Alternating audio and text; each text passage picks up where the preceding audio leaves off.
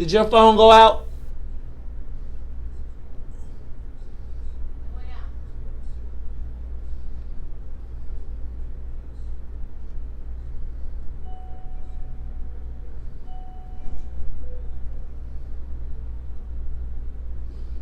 Is it coming back or no?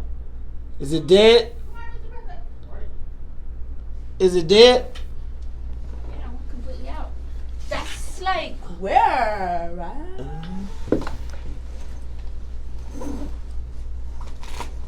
Hold on 1 second here.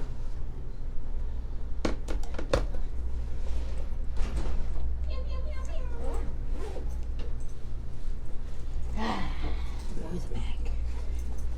Try to leave me ever again.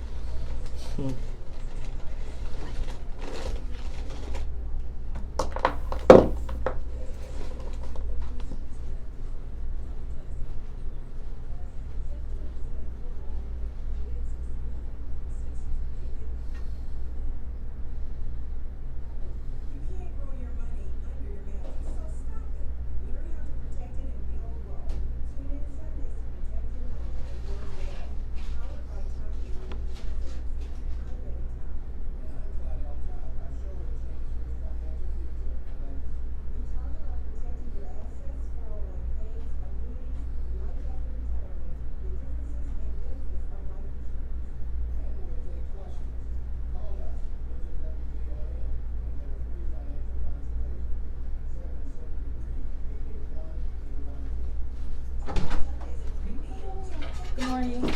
Morning. Morning.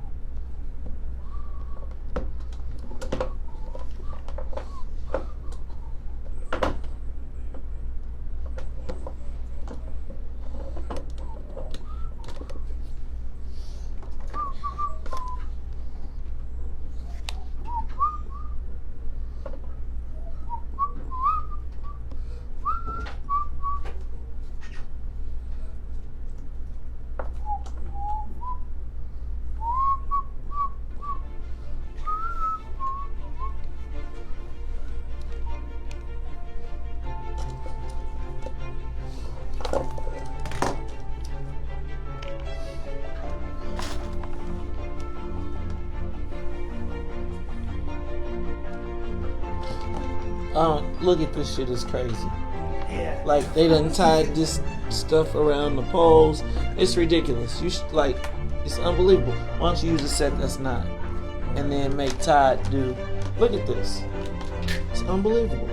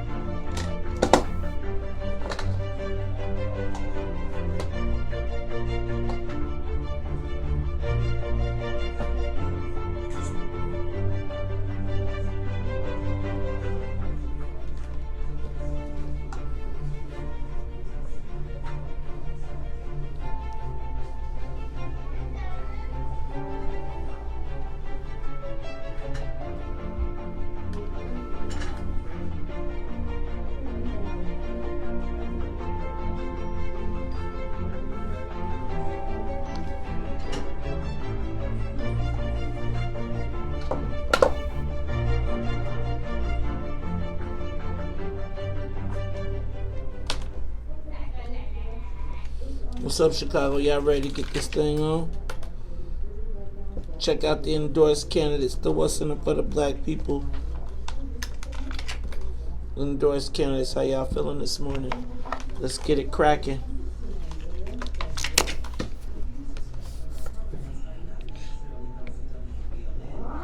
So you can be on time for the ladies, but don't show up for the regular people. Goodness gracious. Hit that door, Todd.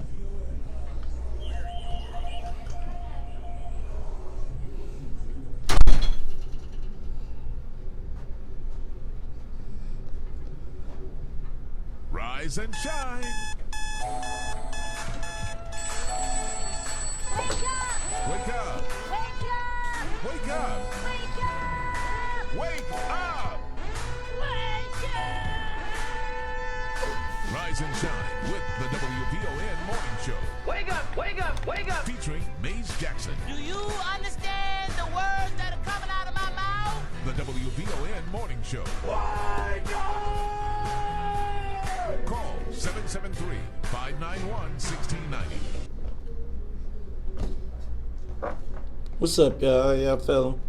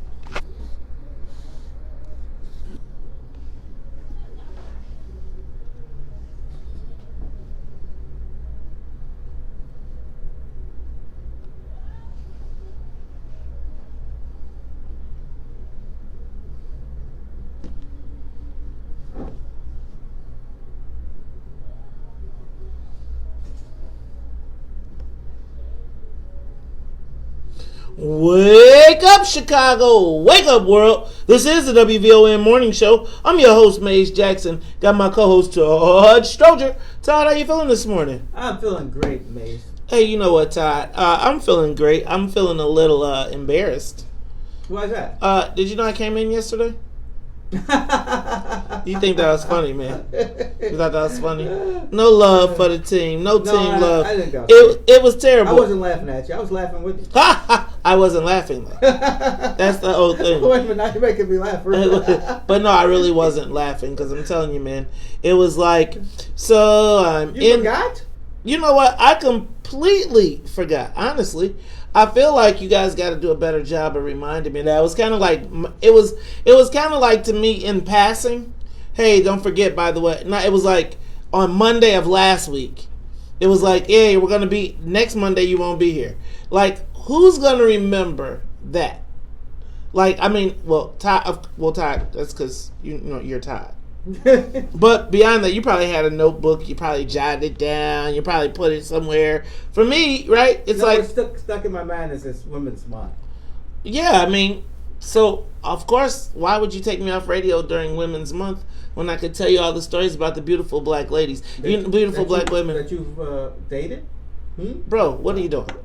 Now, do you really want to go down this path? The only woman that matters, the only woman that I ever dated that makes a difference is my beautiful and lovely wife, President Carrie Steele, who is Carrie Steele. And I don't even believe... I was throwing you a soft pitch. No, she doesn't think that. So when she sees you, she's going to throw you a soft what? fist. She's going to throw me the Mary Flowers? Nah, you know what? She wouldn't sneak and do it. She'd just walk right up to your face and hit you. Pow! Like, she ain't... But you know what? Actually, not even tripping, because I'm going to tell you what she would do. She would just be like, you know, she wouldn't even... You know what? She is so gracious. She would just smile. She'd just smile, and I would be like, I'm ready to get some friends. She'd be like, just relax, babe. Just relax. In due time. That's a good partnership. I am the wartime consigliere. She is the peacemaker of all time. I mean, I'd be like, can we please go to war yet? I mean, how many things do they have to put in writing? How many things do we have to see? How many times do you have to be disrespected? And you know what she says? Right. Like Michelle Obama, when they go low, I go high. I mean, Todd, some of the things, some of the things these folks be doing, like walking out the meetings and stuff, like killing the quorum. I'd be like, really? Wow. They killed the quorum, huh? Ain't that crazy? They haven't done that since, people used to jump out the window. Until there was a black woman president, right? But then they want us to celebrate. But then let me say something, right? It's like the white women can disrespect. Let me stop. Let me just stop. You know what? Double J is a Luca Brasi. But he's not. I'm like a baseball bat, Luca Brasi. Like I want to leave the place with blood splashed everywhere. I want to have to change my clothes. Some people just like to slit you and let you just bleed out till you, and you just be like, what? Do you see them? They're sitting there, their heads all together, and all of a sudden, just a line of blood comes out, and it's just like, how do we get here? Squirrels. The squirrels. That was a squirrel. That might have been something a little darker. Skunks on the plane. Skunks on the plane. Hey, it is the WVON Morning Show. I'm your host, Mace Jackson. Got my co-host, Ty Stroger. Let me do this. Let me say what's up to everybody in the newsroom. What's up to Jennifer Thompson in the newsroom. Blah, blah, blah, blah, blah, blah, blah. Let me get my tongue together. That's what happens when you don't have your Monday vocal exercise, because we'll talk about that too. Hey Jennifer, how are you this morning? You know what?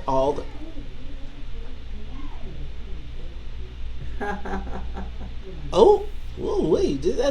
Good morning. Well, wowza. Well, look, that looked like some power blessings coming to somebody. I'm going to be watching. I hope I'm not the recipient of a lightning bolt or something. I hope I didn't do nothing.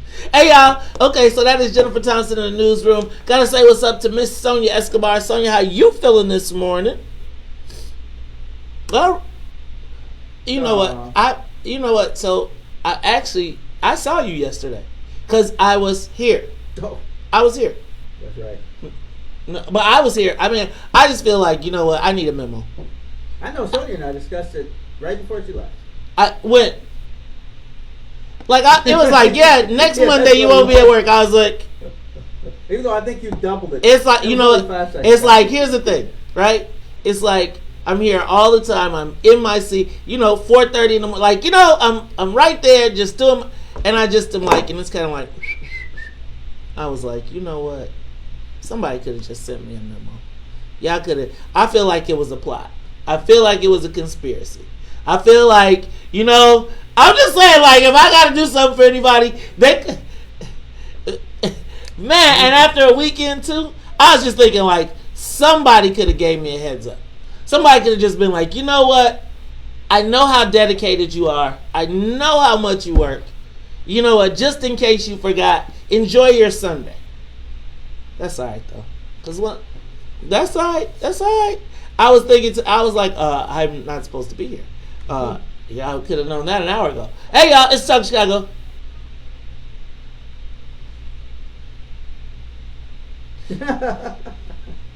And on that note, we're going to get this thing up to 50,000 feet. It is the WVON Morning Show. I'm your host, Mace Jackson. Got my co-host, Todd Stroger. Todd, I couldn't decide if I was going to just do yesterday's show today because I had a great Monday show ready. I was locked and loaded with some great stuff over the weekend. And then it was kind of like they just snatched the rug out. I felt like I was so ready for Tony Preckwinkle to be here. What did you do with your Dunkin' Donuts? I drank it. I went to work. I mean, I didn't stop. I mean, it's like, it's no point in trying to lay back down. I had already drunk a quarter of it. Yeah. So it's like, I was dressed, I was prepared. And so, you know what? I just went and finished the What's in It for the Black People candidate commercial. God. And so, you know what? If you are on Facebook Live, you can check it out during the commercial break. If not, you'll just have to wait until it comes into your inbox or on your live feed because, Todd, yes, we're stepping up the game. Uh-oh. All right. Oh, don't forget tonight it is the What's in It for the Black People meeting. All candidates that are endorsed by What's in It for the Black People are invited to come out and meet. You might be able to get yourself some volunteers as well as some people who are willing to help or support. Hey, we'll talk about more of that when we come back. It's the Talk Chicago 1690. We'll be back after traffic and the weather. Y'all ready? Y'all want to hear the y'all want to see the commercial again? I'm gonna let y'all see it again. It's long. We'll take up the whole break. Let's see. Ready? Here we go. Once upon a time, not long ago, where people wear pajamas and live life slow.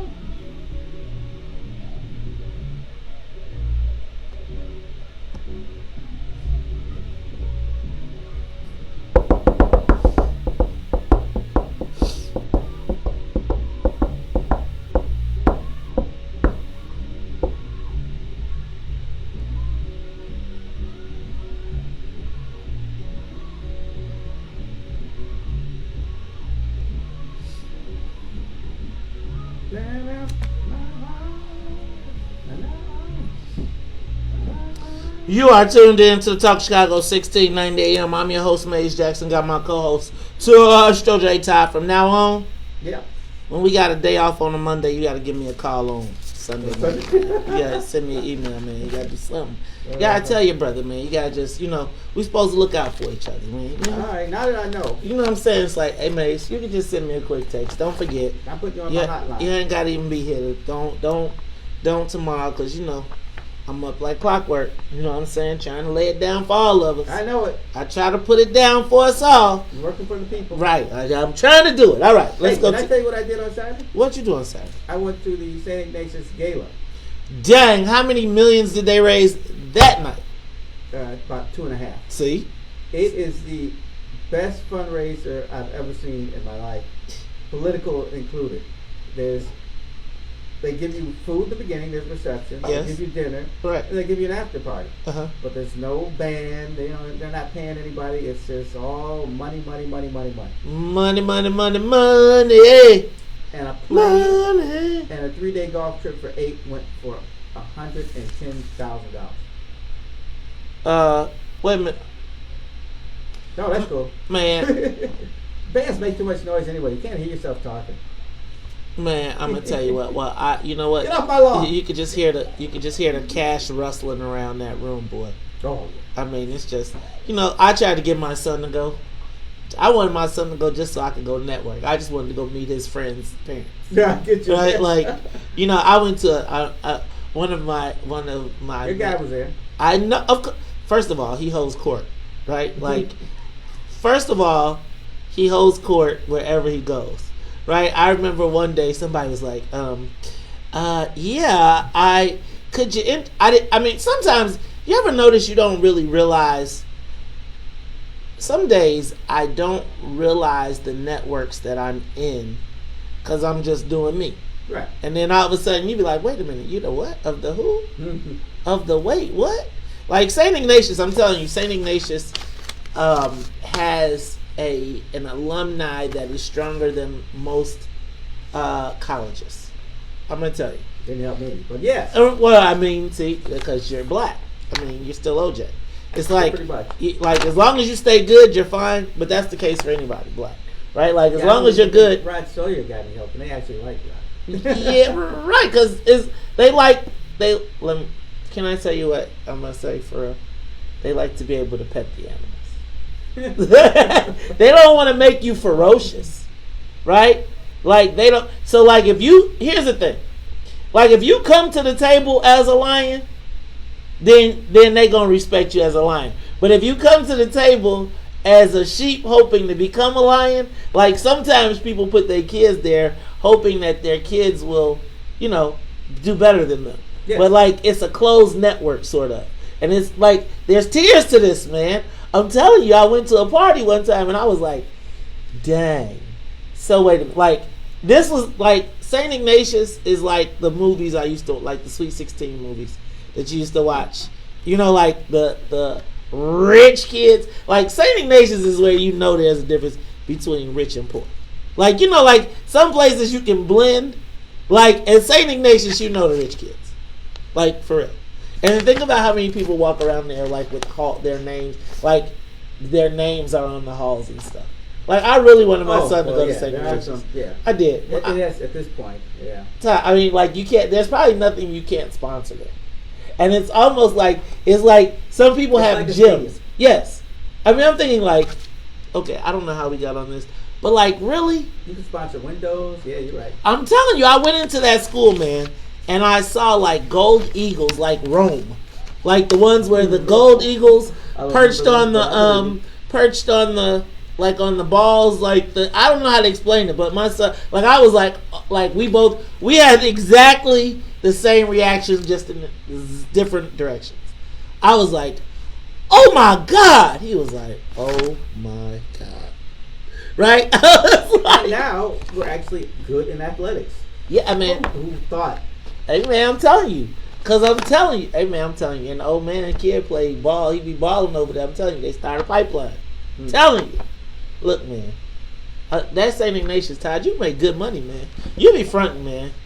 You know what? When I saw the St. Ignatius I'm tuition just bill, happy to be a part of the network. group, even if I'm in the back. See, I don't. You know what? I don't want to be in the back of nobody's group. I need to be in the front. I don't want to be in the front. Front people get killed. That's why it can't just be you in the front. It's like I want a whole team of us in the front. Oh, that would Right? See, like I don't want. See, if it's just one, then it's easy for them to pick you off. Right. But see, if we had a whole bunch of us in the front, they'd be like, I don't know which one to get. Man, how do we get to politics? Huh? How do we get to politics? Yeah. What do you mean? We were talking about Ignatius. Now we're back into politics. Because politics is everywhere, man. That's it. I mean, shoot, St. Ignatius is political. Oh, of course. Come on, man. Like, for real, man, you gotta be political. Everything's political. Everything is political in this The town. job is political here. I know, man. See? We need more pulls, Sonia. Sonia, could you get us? I mean, she is the Latina, Latina. right? Can you help us get from the bottom of the totem pole?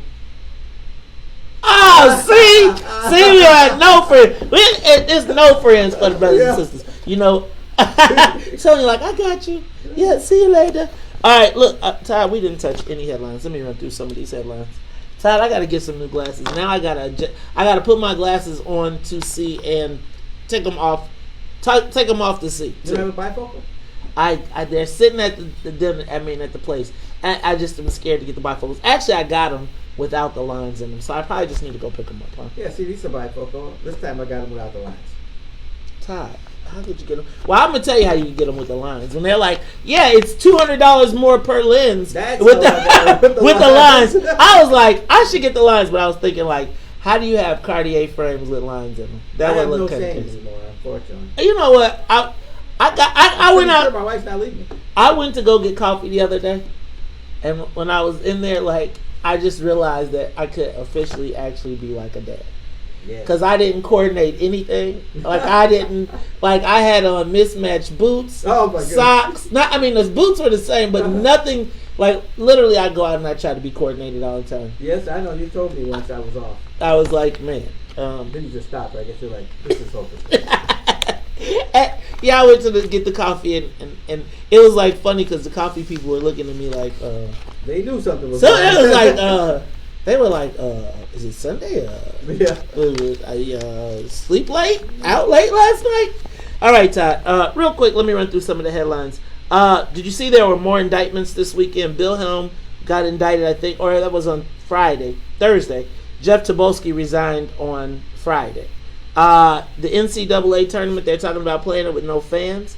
What the what? Did you see where? Well, I heard that LeBron James said he's not playing if there's no fans in the stands. Yeah, he said no fans. I ain't playing. I guess You can find that. Find that He clip. doesn't know who pays him, right? There's There's some owner who says you play on the dates the games are scheduled. He gonna be like this is the moment. That you This is realize the moment. that you're that- not the owner. This is the moment. And it's like, and how old is he now? 30 what? 37 or 30. 37. Look. They got Gianluca Dunkopoulos. What's his name? John Dunkopoulos. Right. I just know the Compoulos. I can't get it right now. All right, Giannis Dunkopoulos. Hey y'all, we'll be back after traffic in the way. Some news. Oh my God! See, this is what And happens. his brother's on that team too. They got two of those guys. Giannis Dunkopoulos. Yep. And he got his brother there too. Yep. That's one of them package deals. They used to have those at U of I, right? It's like Oh yeah. I remember when Nick Anderson came. Man, what was the kid's Irvin name? Small. Yeah, Irving Small came with him, right? Yeah. Actually, Irving was a good off the bench guy. He was good off the bench. He was a hustler. You know what? That was just a really good scrappy team. Like It it was like they were all 6'6". Lowell was like what 6'7", 6'8". Yeah, he was a giant compared to the Russell. But yeah, I thought they were a good team. Hold on, No, we know they were good. we got played. It was like I just did not want to play Michigan a third time, and I was like, That is always tough. All right, y'all. Here comes the candidates only.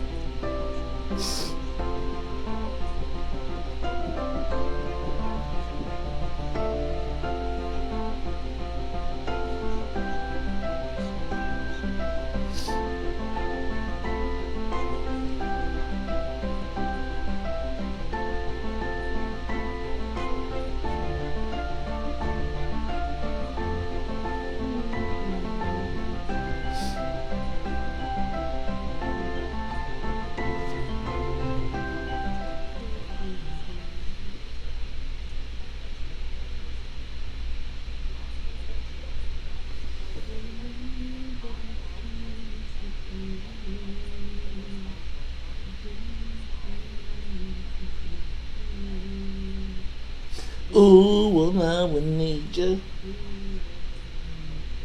Yeah, well, we need you. Well, we tease them a lot, but we got them on the spot. Welcome back.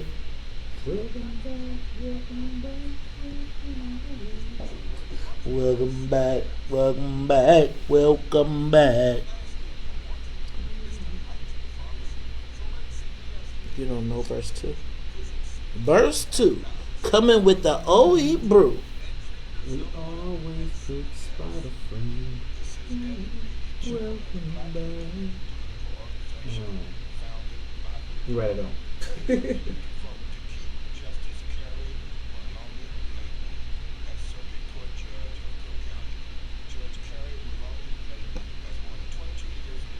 Oh man. Ain't that funny to hear Eddie Reed doing Irish Judge commercials? Oh, she doing that is kind of funny in a way. You're right. Yeah, I ain't tripping, man. Get your money, man. Maze, I think it's time to bring Maze out Huh? to Old St. Mary's. We are getting a group of high school players. We got a De La Salle guy, a Mount Carmel guy, and a De La Salle, Mount Carmel, and a St. Ignatius guy. High school kids who come out and play. And they're either sophomores or freshmen. Not one guy's a junior. Okay. Then Let we me got know. this 8th grade for OSM. He's really good. Oh, we're teasing. I'm telling you. My son gonna break your glasses. I know I'm old. I don't care. Not gonna be ready. I'm sure I won't actually. I'm pretty sure I wouldn't be.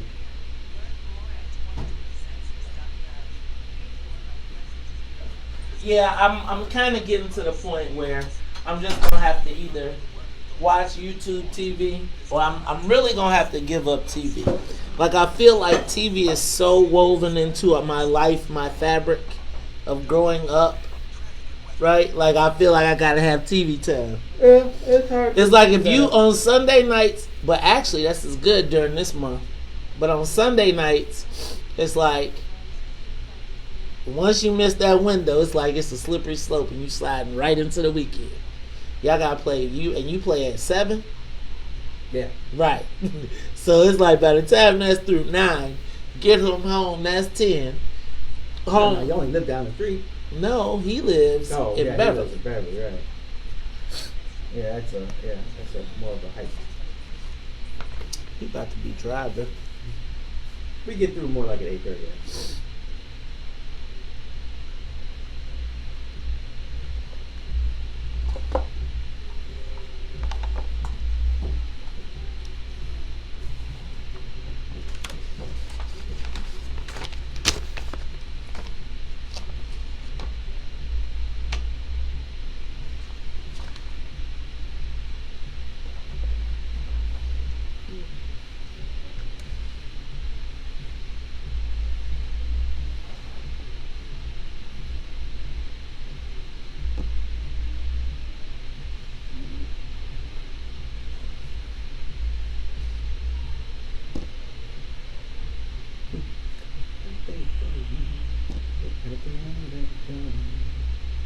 Mm-mm.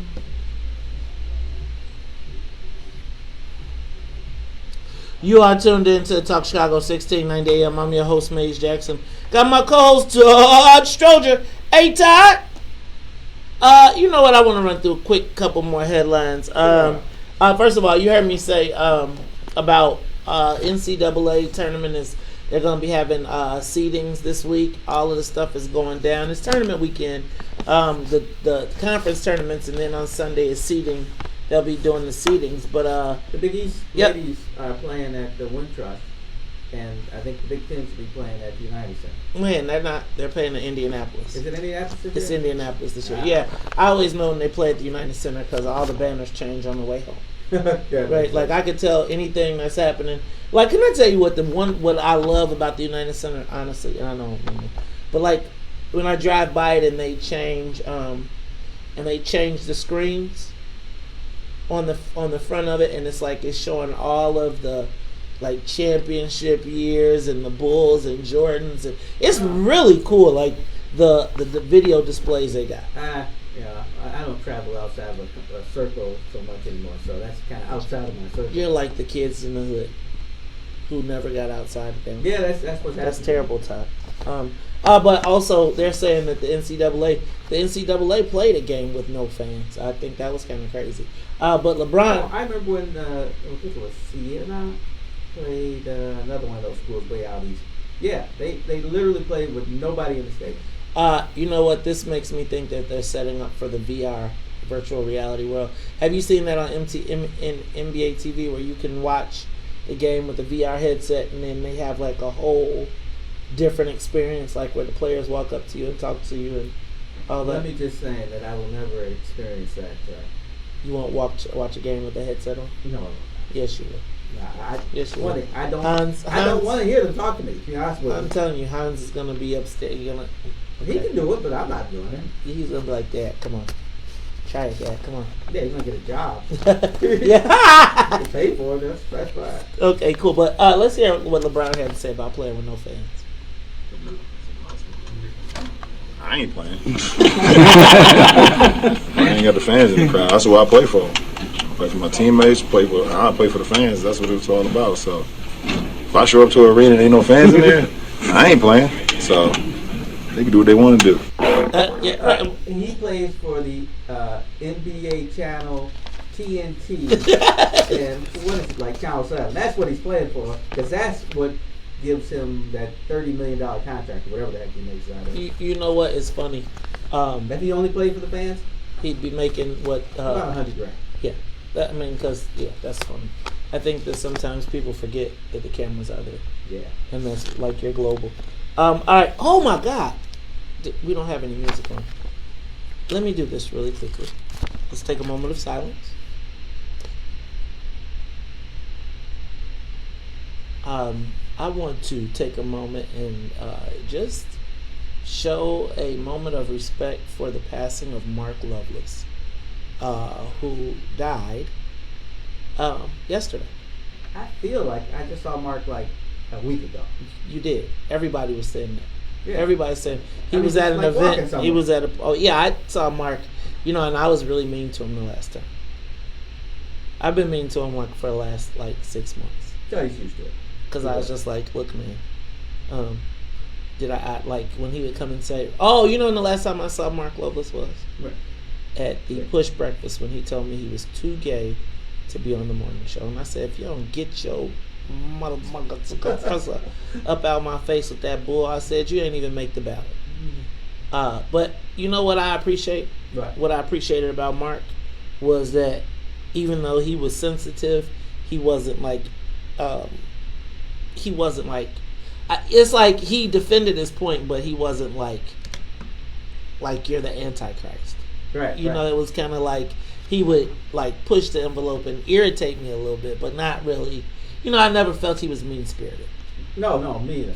Right. I've known him for a while, and he was a good advocate for black gay people. He was like, white gay people treat us just like white people treat all black people. Right. We got to find a clip. He was like, because every time you talk, I lose $1 million in funding. I was like, dang, well, take this.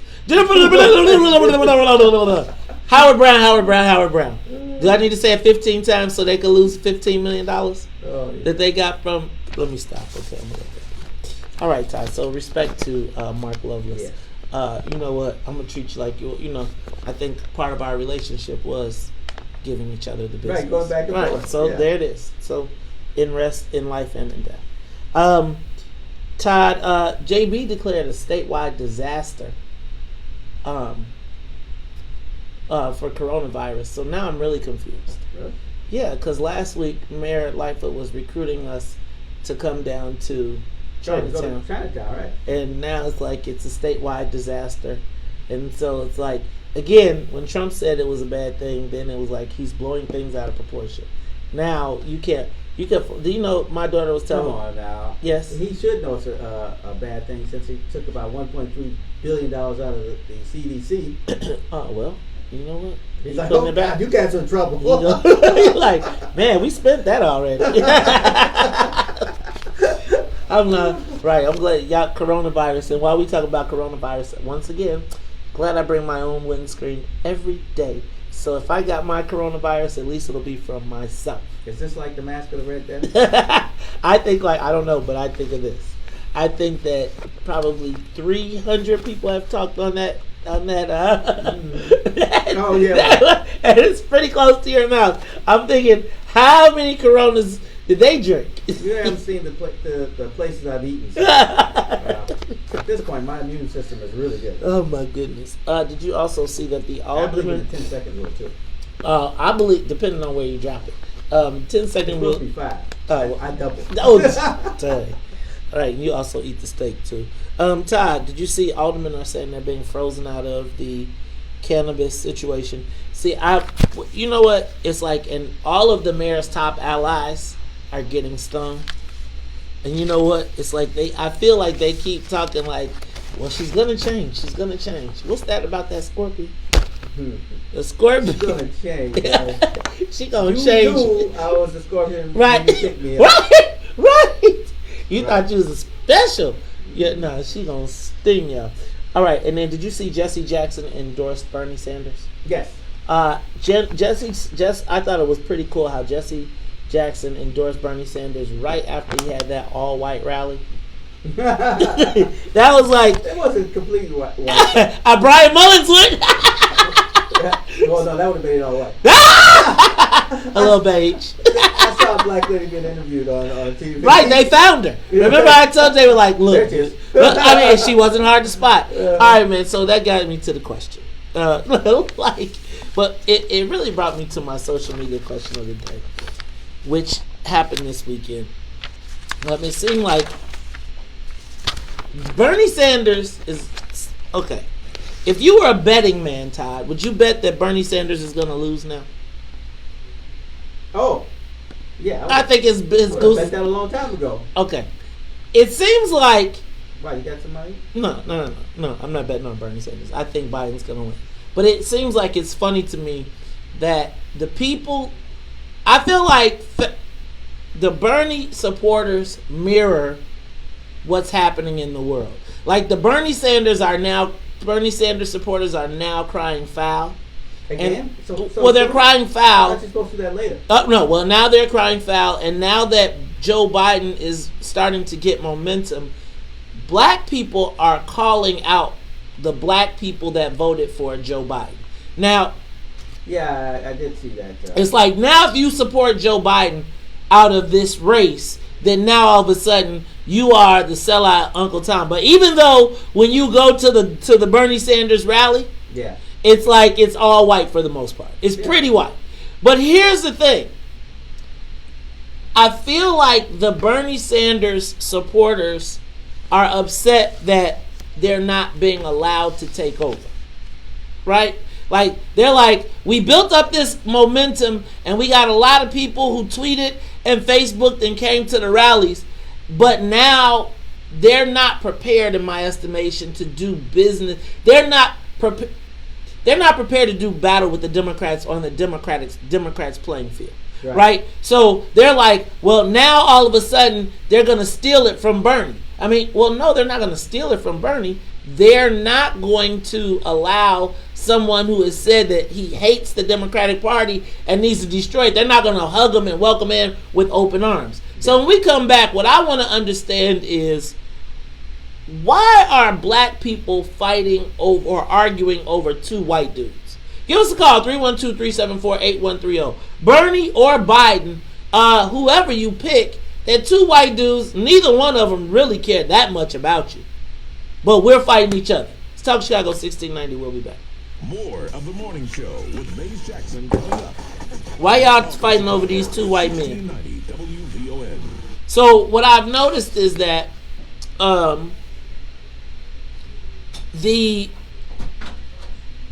it's like, here's the thing.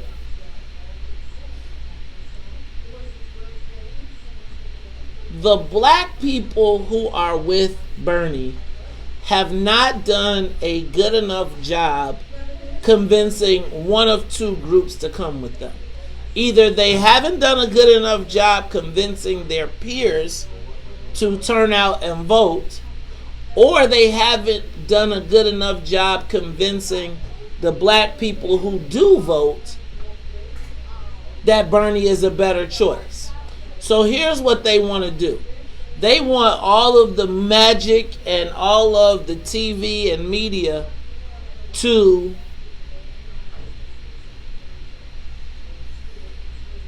do the work that they need to do, right? So they didn't say we want Bernie Sanders to be the nominee of the Democratic Socialists Party. They said they want Bernie Sanders to be the nominee of the Democratic National Committee. Now, to do that, you have to convince the members of the Democratic National Committee to be with you, or you have to defeat them, right? They have done neither.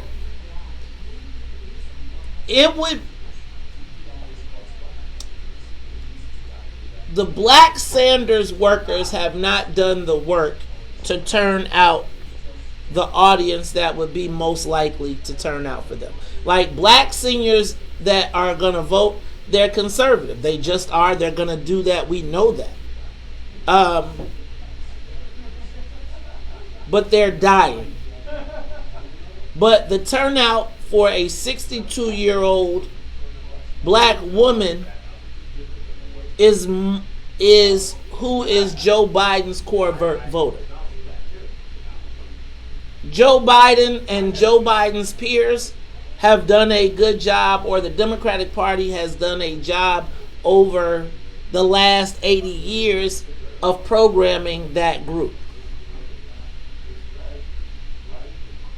Black Bernie voters who are telling you to vote for a change have not clearly articulated to one, the elder black voters, the difference of this democratic socialism. So it's like you haven't explained it. You just saying you stupid because you don't understand it and what it is, and it's in your best interest. Well, nobody's going to just go because you call them stupid. So they're going to say all of a sudden they're going to close their ears, right? I'm 49 years old. Socialist is a bad thing to me. It just is. Whether you like it or not, whether I understand it or not, and I haven't taken 6 months to study it and find out. Just to me, socialism is bad. Period. Just pretend I'm the regular voter. You haven't articulated why I would be that. I was taught that since I was 0, that socialism is bad. Now, your biggest opportunity for conversion is the core Bernie voter, right? The young but they haven't done a good enough job beyond the ones that are just politically conscious or active. They haven't done a good enough job going out and getting the GCI listener so you screaming at the VON listener, who essentially is that 62-year-old black woman, as compared to getting on GCI and Power and going and getting Bernie fired up with those people. And so it's like you want to shame the seniors for what they've been taught their whole entire life instead of building something. You want to destroy the Democratic Party, and you want the Democratic Party to be willing participants. That's crazy to me.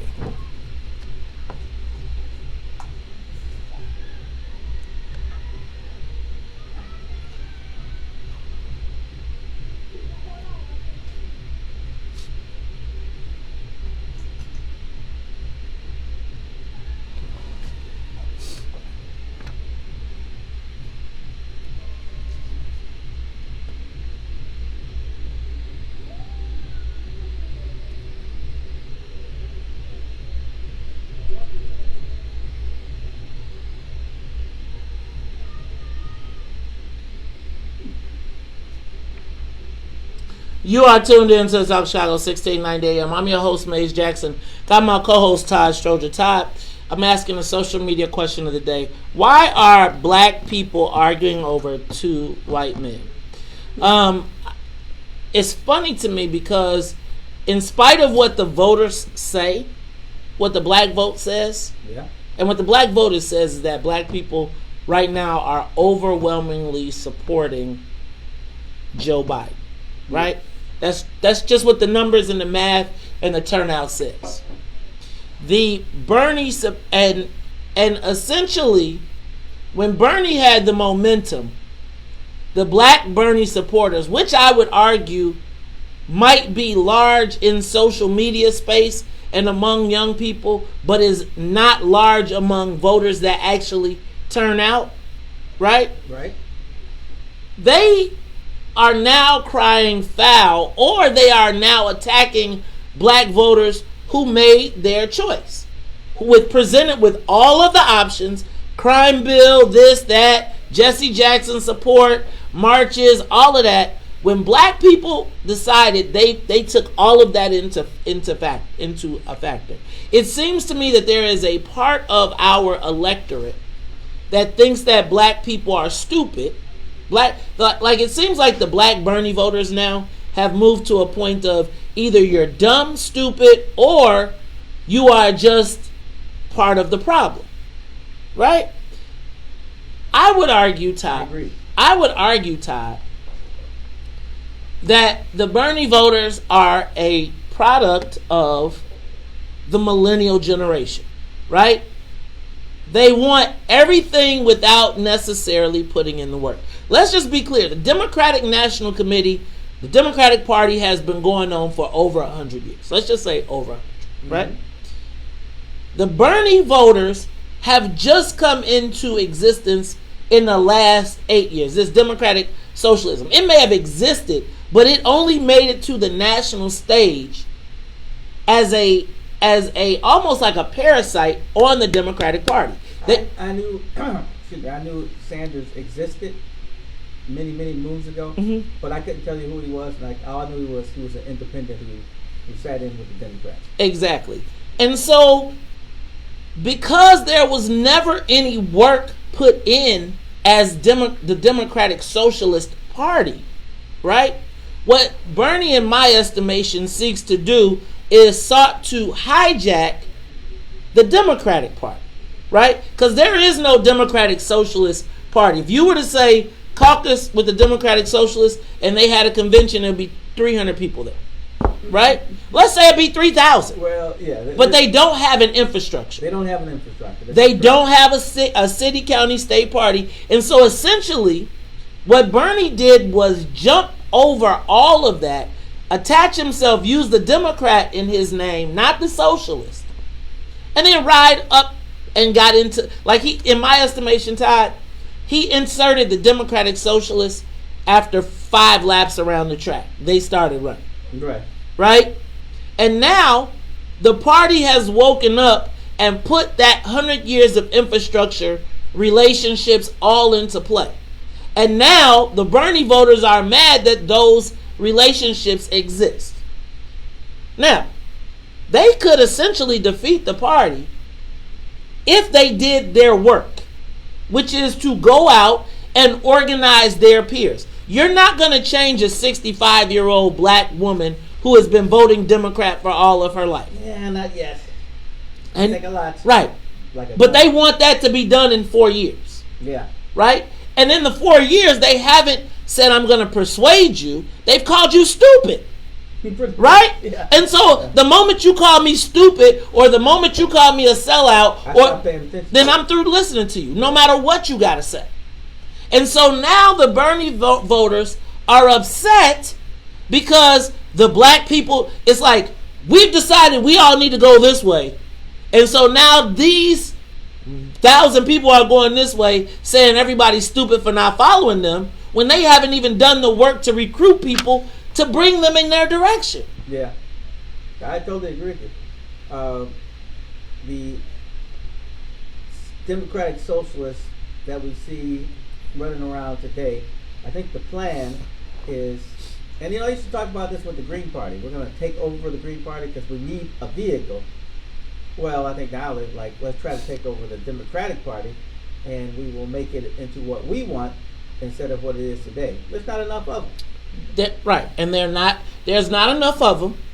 They'll say that they're going to change the rules. That's the reason you have a rules committee. Right. Right? It's like the whole process has been set up to create some order and to be organized. Now, I just don't understand why with two white men who ain't never gave too much about too many black people, period. As the senator from Vermont, it's easy to be with Jesse Jackson because you only got 60 voters. Yeah. Right? So you can go be the odd duck. Right? Right. But And surprisingly, those New England states, they kind of like that kind of I'm bucking the crowd. exactly. It was like it was a lost leader for him. Right? Yeah. So I guess my question is, why is it that black people are fighting over? And can I tell you something? The Bernie Sanders voters and the Bernie Sanders supporters. It's funny. They were saying how Simone Sanders is the most abused person on the Joe Biden campaign because the Bernie bros attack her like they're all supposed to be these white millennials that are progressive and all that, but they turn into these racist whatevers and they call her out of her name and all types of stuff, and she gets them. And it's funny because it seems like that's the strategy of even the black Bernie supporters. It's like every day I watch them post and lose more voters. Right? It's like I would just pass by now. Right. I might have read what you had to say, but since everybody's so stupid, it's like I'd be like, dang, man. What are they? Maybe y'all have different factors you're basing it on. Yeah. I don't think that politics drives everybody's life every day. Hey, y'all, it's the Talk Chicago 1690. We'll be back after traffic, news, and the weather. I'm going to take these calls. That's Kimberly Neely Dubu Clay. You got a lot of names. Right.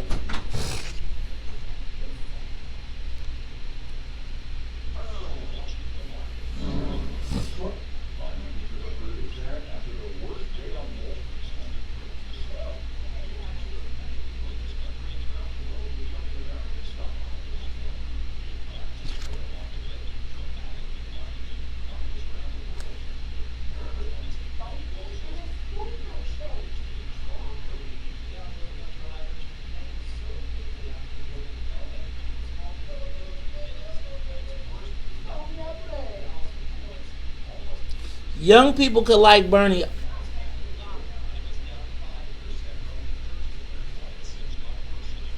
Young people could like Bernie all they want, but they don't like him enough to get their ass out and vote. They got the numbers on the baby boomers. But again, if you haven't taken the time to convert them, you just want to scream at the baby boomers. That's not the way to go, in my estimation. It's like you got to put the work in. Nobody wants to put the work in to build up, right? Nobody wants to go knock on no doors. No, everybody thinks it's done by social media.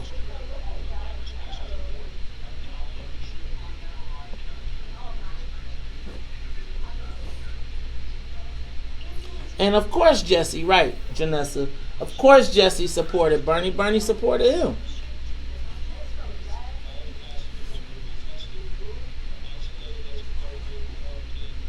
And it ain't even got to be a diss, man. Your friends are your friends. They've been friends for 30 years. If my friend for 30 years asks me for his support, even if he gonna lose, I'm gonna probably support him. I.e. Ken Duncan. And he wasn't even my friend for 30 years. But see, I'm a different type of dude. So, what Bernie Sanders tried to do was stage a coup of the Democratic Party. And he got beat back.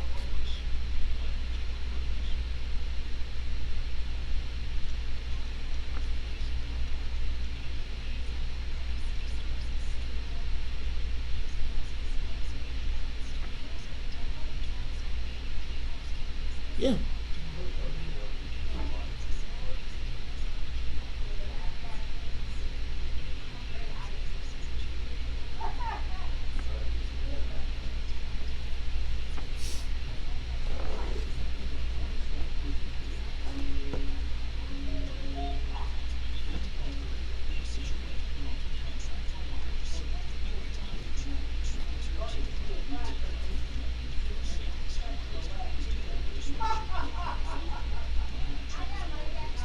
Did you see the Larry Sanders Caribbean Food that was a professional crier? And she was a professional crier. And the guy, he started dating her because he thought she was so moved. And found out she was a professional crier. Clive Owen, and it was with fucking character enthusiasm. You know? Oh my God. You would love it. Because it's so, the humor is so dry. Yeah. And it's so like subtle. It's like, did you watch Seinfeld? Like, it will make, it's like Seinfeld with cursing.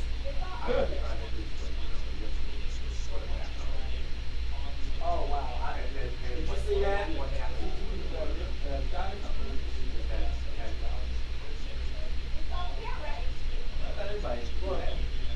No, I mean, so there was a report that came out that he died after that. Like, oh, is that what the truth? Oh, I didn't see that. Because we saw, she sent it, and there was another one, and I was like, I'm not going to talk about it like that. But she said that when they clicked on the link of the place and saw what it offered, she was like,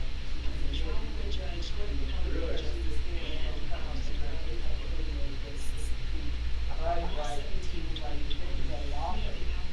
Like, she was just like, whoa, like, I was like, I'm not this good.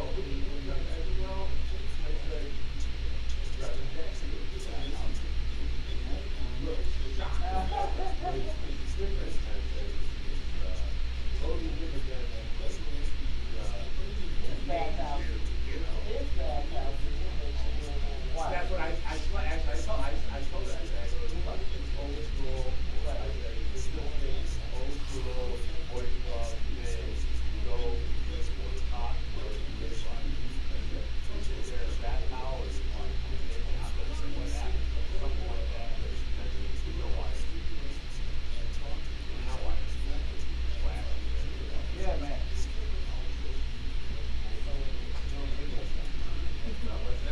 Radio set. You know what I want? I want to do the best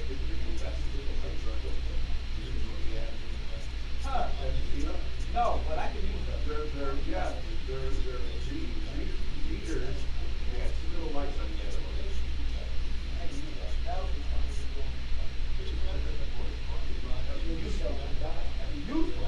Right.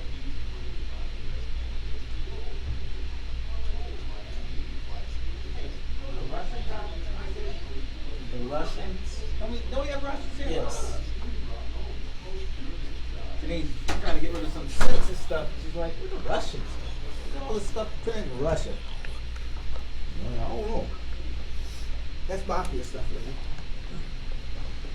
They were out, the Russians were out to dinner. What was for my birthday dinner they were out? And we were looking at them like, I played basketball with just about every kind of person except for Russians. that's because they don't play basketball. I guess they don't.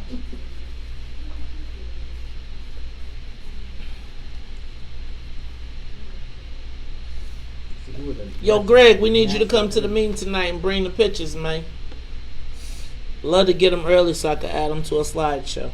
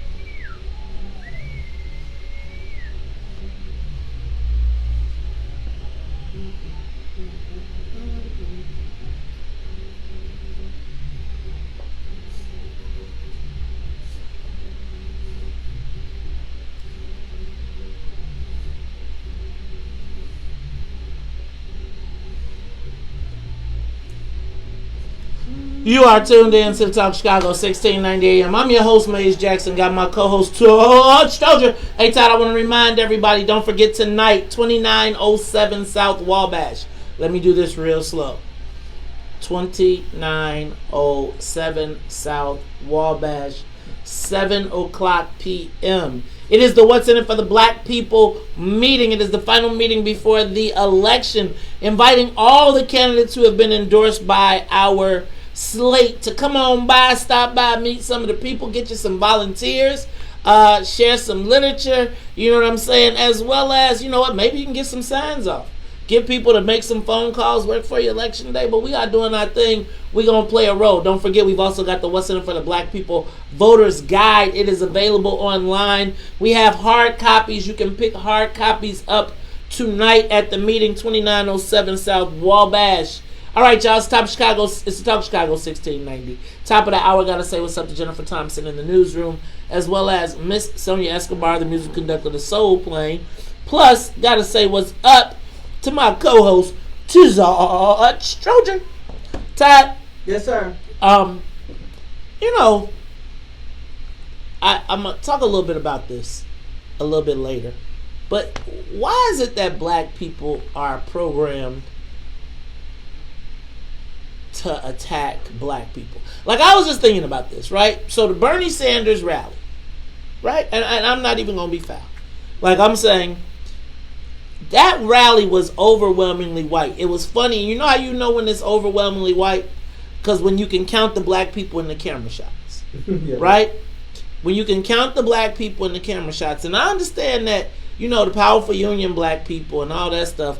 But if you think about it, it's like Bernie Sanders is driven by really all the people that are trying to, like, make immigrant rights and all of that stuff. Like, think about, like, no diss. So, Bernie Sanders, in my estimation, is the epitome of the white liberal who will cry over immigrants around the world and walk right past the black people that live in Vermont. Oh, nabbit, there are no black people that live in Vermont. Okay, now I gotta look that up. But you know, I would say that his response would be all his civil rights, you know, work in the past. But I mean, I'm actually, you know, I'm on the page with this. I've always thought that the progressives have, like, all right, you black people are all right. Let's go deal with green things and right. I mean, think about, man. I was think about how hard white people go for dogs. Really, like they will have a whole fundraiser raise $200,000 for one dog with cancer, and black people be just straight shot, murdered, dead. They don't think twice about it. I think, Todd. But let me get back because I'm diverging. I believe that Bernie's problem, a significant chunk of Bernie's problem is he's got a bunch of political novices who have not participated in the political process. So, like, you know how there's like the identification phase. So you find out what people are, then you find the persuasion phase, where you try to convert them, you figure out what they care about, and then you sell them on why your candidate meets their needs. And then there's the conversion phase, right? Where you work to convert people. Now, once they've made their decision, then you can put them in a yes, no, or still undecided category. Right. The Bernie voters say, Bernie's the best, and if you don't think so, F you. Yeah. What's wrong with their stupid butt? Exactly. And then get mad when all the people that they told F you be like, you know what, I'm not going to argue with you. I'm just going to deposit my vote in the person that you... And sometimes people vote just for you. Because they don't know either. You could win me over for a white person. I usually don't vote for the president because of the president. Or not for the president. That's probably different. But for a lot of people, if you ask me and it depends on you and it's not my... You can convert me. I'd be like, oh, that guy talked to me. Oh, that guy was cool. You know, his representative was a... It can be done. I do think that they are going about it in the correct fashion, not in the presidential race, but in the overall greater space where, like what, they have 6 socialists here, and on city council, and then you got the, 4 Congress people, only 4. And that doesn't seem like a lot out of 435, but that's bigger than 0, right? Right. So yeah, I think they're trying to grow it in a small fashion, but I don't think they're trying to take over the party is gonna work. Right. I think they gotta build up So anyway, let's go to the phone lines, because I still want to ask the question: why are black people arguing over 2 white men? I mean, literally, we are like at each other over 2 white men who really ain't none of y'all gonna meet. Let's go to Ronnie. Ronnie on Chicago 1690. Ronnie? Did I lose you, Ronnie? Alright, let me go to Green. Green, you on Talk Chicago 1690. Good morning, Maze Todd. Good morning. In my opinion, when you ever seen 2 animals fight over a piece of meat when you ain't got nothing else in the yard to fight over?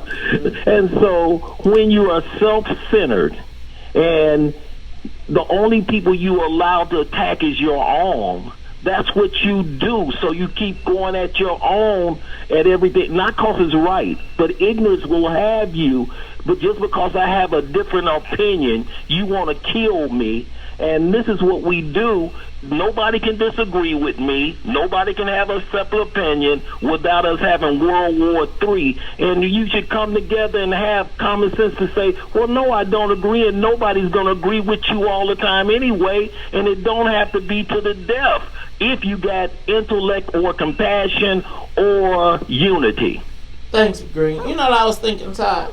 Mm-hmm. All these black people arguing now, starting setting off matches over why Uncle Tom's and sellouts and everybody is supporting Joe Biden over Bernie Sanders or vice versa and all of that stuff.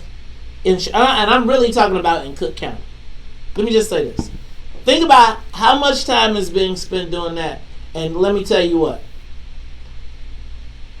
We could all, instead of figuring out why we disagree, why couldn't we all just say why we agree and everybody say, you do what you want to do on president, but let's all agree we're going to stick together on Richard Boykin. Yeah, that's all politics are local. That's where everything starts. And it just... let me give you a quick thing about Vermont. There's 625,000 people. 596,000 of them are white. It just seems crazy to me that it's like we can always find why we disagree instead of saying, all right, that's something we got to spend time on fighting instead of agreeing. Let me go to Willie. Willie, you on Talk Chicago. Willie on Talk Chicago. Hey, Maze. I just wanted to say I think it's an over-exaggeration and an effective, unfortunately, campaign strategy by Joe Biden and other campaigns that's being supported by the media to over-exaggerate people who support Bernie Sanders and the way that they come against people. I think it's in every campaign you're going to have supporters that's going to point out flaws and reasons why folks shouldn't support the other guy or the other person. And so I think it's nothing different in the Bernie's campaign. I do agree with you that there are a large amount of folks who spend too much time calling people stupid who don't support Bernie Sanders, but I also believe that it's an opportunity for us that we're missing to say why we're supporting Bernie Sanders. And I think that I'll take this time just quickly to say, look, student debt is one of the most realest issues, financial issues that young people face, my age and younger. So Willie, Bernie Sanders is the first person to really speak to that. Let me ask you a question. Willie. So let me ask you a question. What work are you doing to organize those people to come out and support their issue? This is my point, right? And I'm not tripping out. Like real talk, yeah, I don't care. I don't have a horse in this race as of yet. But I'm looking at the sea tide, and the fact of the matter is Joe Biden is a Democrat and should be able to rely on the Democratic infrastructure to help him through as he's fighting a challenger. So what have the young people done to mobilize themselves or your group to get out and turn them out? Not blame the Democrats. Who was voting for Kim Foxx and Richard Boykin. because I believe that our politics is local for the most part. I'm more concerned about those two races. Okay, And so let me put you on hold. organizing- I'm going to put you on hold. I'm going to let you get it when I come back. It's Talk Chicago 1690. You are stupid. More of the morning show with Maze Jackson I'm coming just saying, up. like, and it becomes, let me tell you. Willie thi- is not a name caller, but he spends a lot of time saying, "Why are you supporting Biden?" I think that he's not a name caller, but he provides a platform for the name callers to jump in, Yeah. right? I don't care though. Like, it's really like I don't care. But here's my thing: like, how many Bernie Sanders voters have you identified in your district, and how many of them are you turning out? What is the plan if you can't win the coup? Right? And it's like the plan is built around it's trying to destroy somebody else shit instead of building something up. Now I would say that in the city of Chicago, the Democratic Socialists have done a good job. Right? They went from 0 to 6 and they can be the swing. Very shortly they're gonna be the swing. Cause the mayor is cruising for a bruiser. Right? When you this pot stuff, so I just don't think, like, again, none of the Bernie, like, if you think about this, how many of the Bernie bros, the Bernie Sanders people, have really ever organized outside of like the socialist leaning unions? Most of his people are Facebook. Like, they haven't been in the game. Like, everybody got in the game, in my estimation, 4 years ago. If you talk about these people, where were they before 4 years ago? What political acumen and what have they done politically to build themselves up and send them 4 years? Probably nothing. Like, not in social, but on the ground. Right? We're at 60 people consistently at meetings. Right? We've had our candidate. We're moving towards a place. We're moving bills. It's like, I feel like social media has given everybody the opportunity to create an army of fire. You know what somebody said, I was watching Homeland, and one of the guys was saying that the Afghans were weak enough to never win, but strong enough to never lose. So they would be in an eternal fight. Eternal war. Right?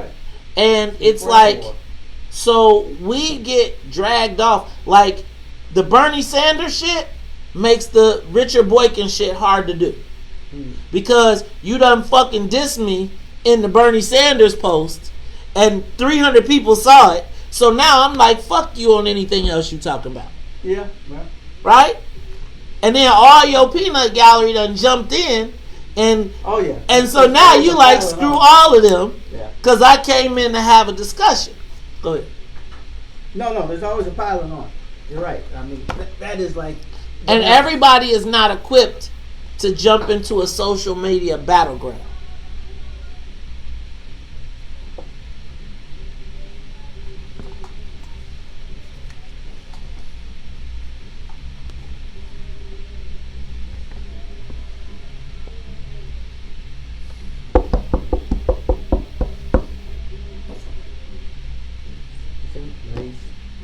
I put the world and work with you. And it's getting better. All the time. There's nothing you and I won't do. I'll stop the world and melt with you. You are tuned in to Talk Chicago 1690 AM. I'm your host, Maze Jackson. Got my co-host, Taj Stroger. We were talking when we went to break to my man Willie Preston over on the southwest side. And Willie was saying that he thinks it's an over-exaggeration of how the Bernie supporters act during this campaign. Willie, I'm going to let you pick up from where you left off. I think what's really more what was more salient to what's happening right now in this election is, and you mentioned it, Mays, that Joe Biden should be able to rely upon the Democratic infrastructure. But look, here's the reality. That argument was undercut by Michael Bloomberg, who was a Republican, whereas, you know, Bernie Sanders caucused always with the Democrats. Let me stop real quick, Willie. Michael Bloomberg was a Republican, and he got his ass handed to him. He won American Samoa. He was able to buy a bunch of people off, but when it all came back down, the same black voters who didn't vote for Bernie Sanders didn't take Mike Bloomberg's money seriously. Well, that's true. But Mays, the only point I was making was the Democratic establishment they did not undercut Michael Bloomberg's campaign. He was just a failed candidate on his own right, regardless of all of his money. And so that's the issue that I think Bernie supporters take with the Democratic establishment, is that they are undercutting Bernie's campaign and making the argument that Bernie's not a real Democrat. Well, that's not a true concern for them. Bernie has been more supportive of the Democratic Party as a lawmaker for the last 30 years than the other candidates that they supported who opposed the Democratic Party outright. Bernie is not a Democrat. He caucuses with the Democrats because if he didn't, he'd be caucusing alone. Exactly. And that's not going to get him anywhere. Exactly. Or he could have caucused with the Republicans. Well, no, that's not even worth saying. There's no way he's caucusing with the Republicans. Especially if he's a socialist. That's like saying that we caucus with the Klan. That's not happening. Exactly. So really, let me just say this, and I like, bro, I got a lot of respect for you, and I got a lot of respect for the young brothers that are like really picking up and taking the mantle and the passion. But I'm gonna tell you that, and I don't think you are a name caller. But I do think that one of the things that happens is when we pick the thing that we most are going to disagree about, because I think that the disagreements are really what generates the buzz on social media, right? And a lot of this is people want to get their shine on in social media, but they don't have the on-the-ground skills. Like, I may tell you that in the 4 years since Bernie Sanders, because Bernie Sanders became a phenomenon 4 years and created a whole new, this youth phenomenon that came out that was this democratic socialist. But I would argue that the democratic people that are claiming to be democratic socialists have not put in the political work, period, to be able to be a viable entity as of yet, at least not in the black community. Yeah. And Mays, I would just like to end with this. I think you're right. I agree with that, and I think that it is a testament to my age group, millennials, believing that we can have overnight success, largely due to social media successes in entertainment and other venues. Well, what I will say is, I think that as a young black person who believes in blacks, I am somewhat disappointed in the Bernie Sanders campaign for their outreach over the last few years has been named in the Hispanic community. But I also think that as young black people, or black people in general, we have to learn to take advantage of political movements to shape them for our own benefit. And that's why. And the last thing I'll say, Mays, is you say the last thing is the last thing is going to say. Go ahead. With several folks, and we were talking about Kim Foxx and Richard Boykin, because I think those are the most important races that's going to directly impact us. So, you know, I support Bernie Sanders for president, but I think that you're right. We have to do a lot more work, in terms of young black people and in the political realm to do the work to persuade people to come over. Okay, cool. Thank you. So that was Willie Preston. You know what I find the problem that I've seen pretty much all my life? What? Is there's always a group of black folks, and maybe it's both sides, who want to say, I'm blacker than you. And then they just fight. And then I think the other part is, man, everybody wants to be an overnight success. It is, and I just, Ty, I really don't want to say this in a foul way, because I think people take offense to it, but I really sometimes get like so frustrated talking politics to people who really, they don't understand politics. They understand ideology, right? But they don't understand politics.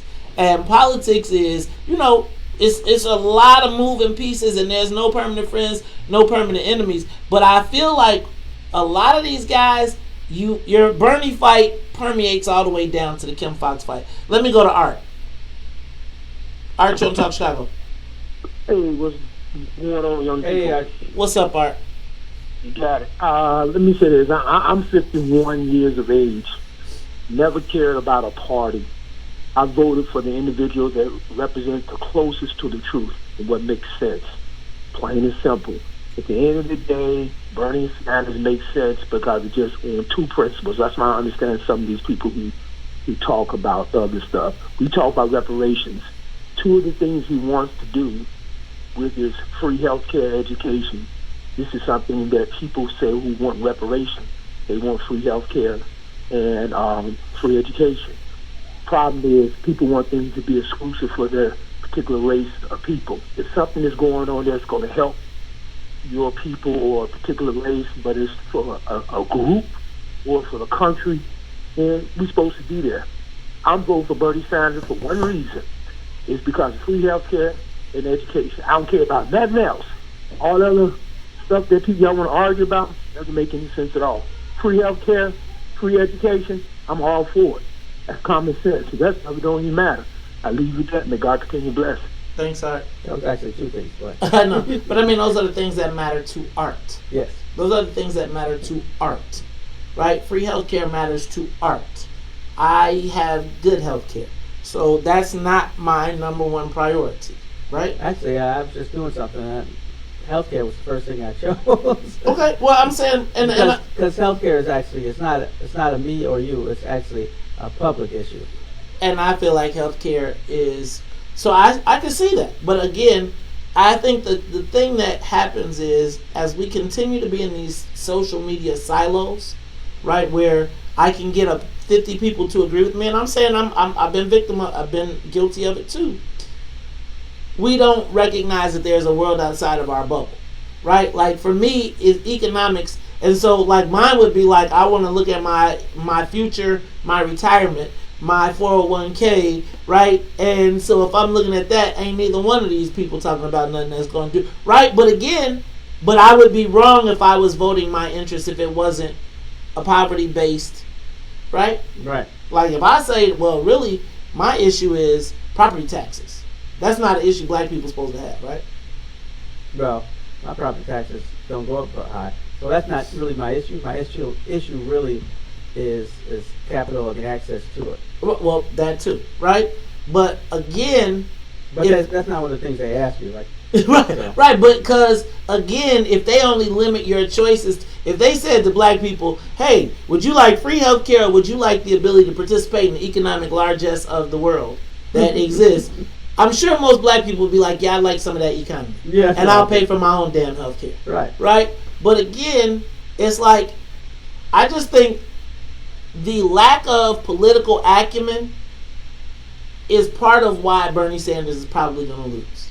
Because more Bernie bros right now, while he needs help, are turning more people off than they are bringing people in.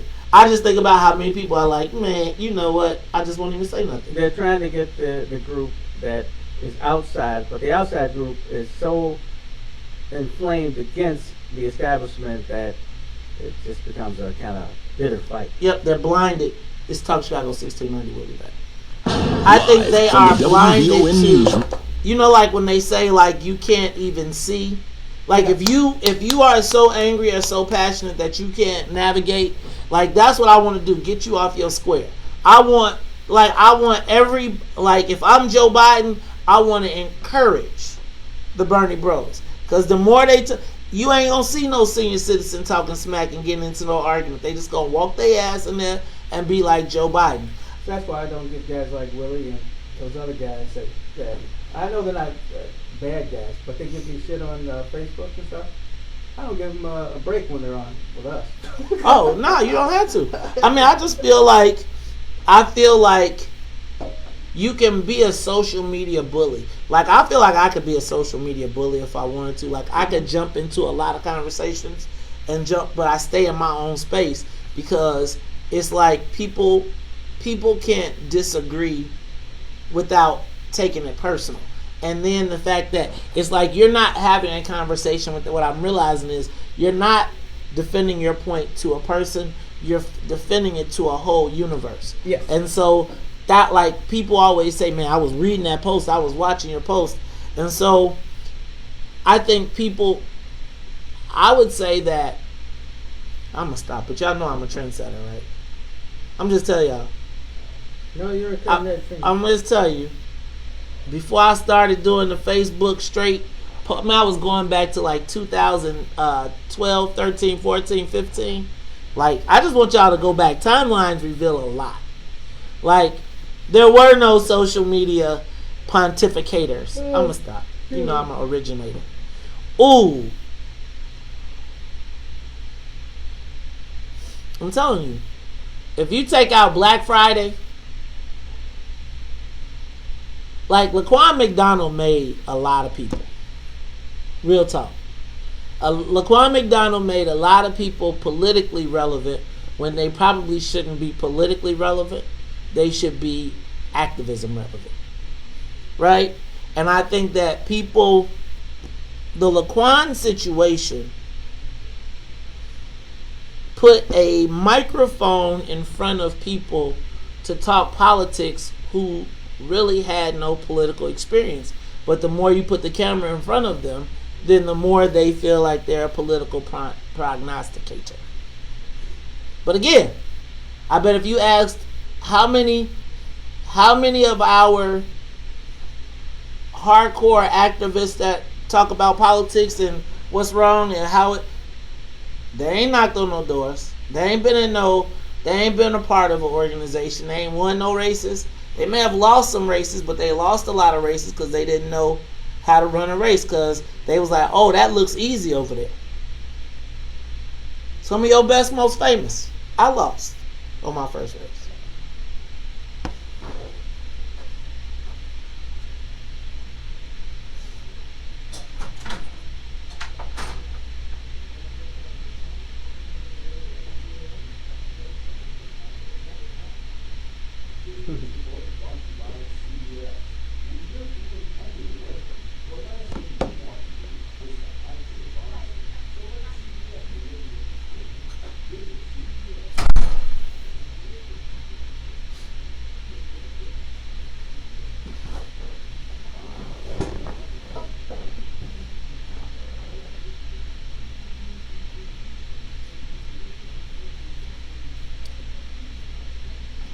I mean, I'm saying, I ain't never seen a lot of these people in no campaigns. Y'all gotta realize I've worked on, I mean, I'm just saying, like, even, that's the problem with the Democratic Party right now. They got all these people who don't know what the hell they doing, but they just got promoted to these spots. Like, think about the fact that there's no early vote program for the Democratic Party. Think about that. If 40% of the votes are cast before Election Day, there's no Cook County Democratic, there's no people covering the 80 polling places. Like, seriously? That's not part of the strategy? But again, it's like, and so we'll continue to get trashed, whooped,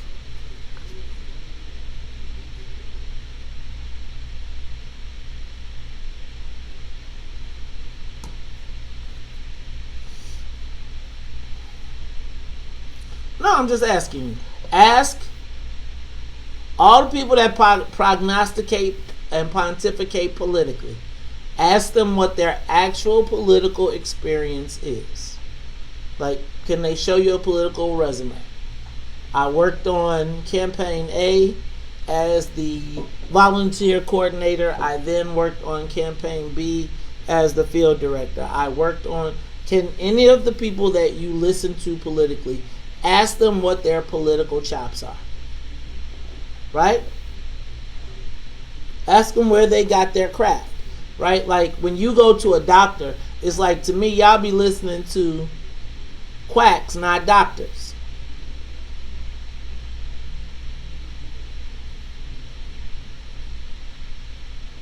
I'm just asking you. Ask yourself, if there was no Facebook, how would you know these people politically? If there was no Facebook, how would you know them?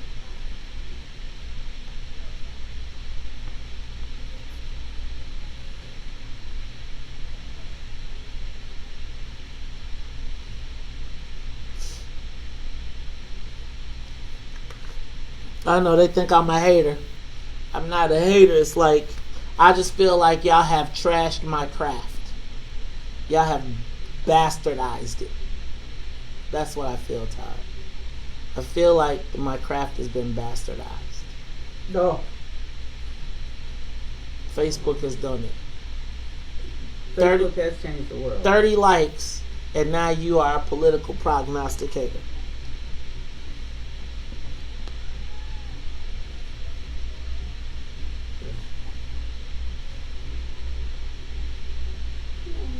my breath away. My life. No, it's like Every day and night.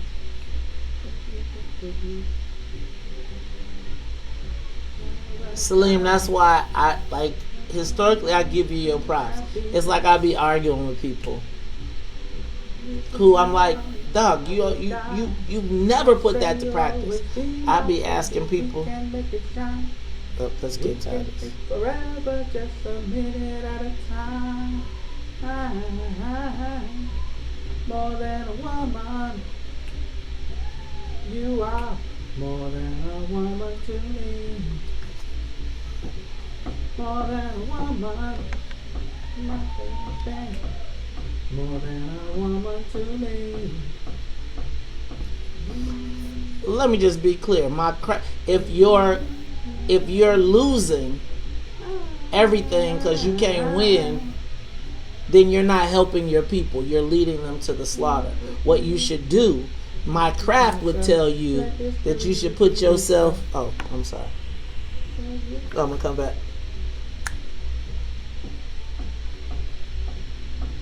Love with you again.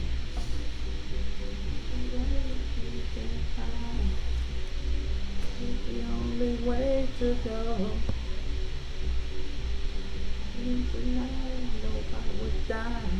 Oh, say you'll always be my. I'm gonna address it on there. We can take forever, just a minute at a time. You are tuned into Talk Chicago 1690 AM. I'm your host, Maze Jackson. Got my co-host, Todd Stroger. A Todd. You know what? You like that song, huh? The Bee Gees were the bomb. The Bee Gees were the bomb. They were the best out. They had the most selling album before Michael Jackson's Off the Wall. Yeah. No, Todd. Who you got, Off the Wall or Bee Gees? Saturday Night Live. Which one? Ooh, that's a tough one. Is it? How is it tough? Because it's not just the Bee Gees. It was a compilation, so there was a lot of good stuff. No, I'm saying Saturday Night Live or Off the Wall.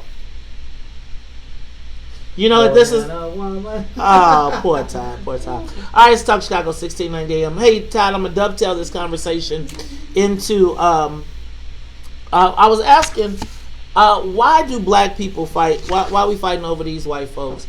Joe Biden, it seems like the Bernie bros in the black community are on the attack of the black voters instead of talking to their peers. Right? Yeah.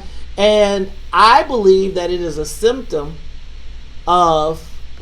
I believe that it is a symptom... I forgot, Todd. I got the beautiful black woman, so I got to get that. But I believe... No, I'm going to wait. I'm going to do it. I'm going to come back. I believe that part of the Bernie Bros problem is that they don't have a strategy to victory. Right? I don't think that they've ever learned any of the political tools in the toolbox. Like, not the ones that are on the campaign, but the people that are on social media. Right? And so essentially, because they haven't learned how to do politics, because really their politics has come from social media, they haven't ever learned to convert a voter. I may have said it earlier.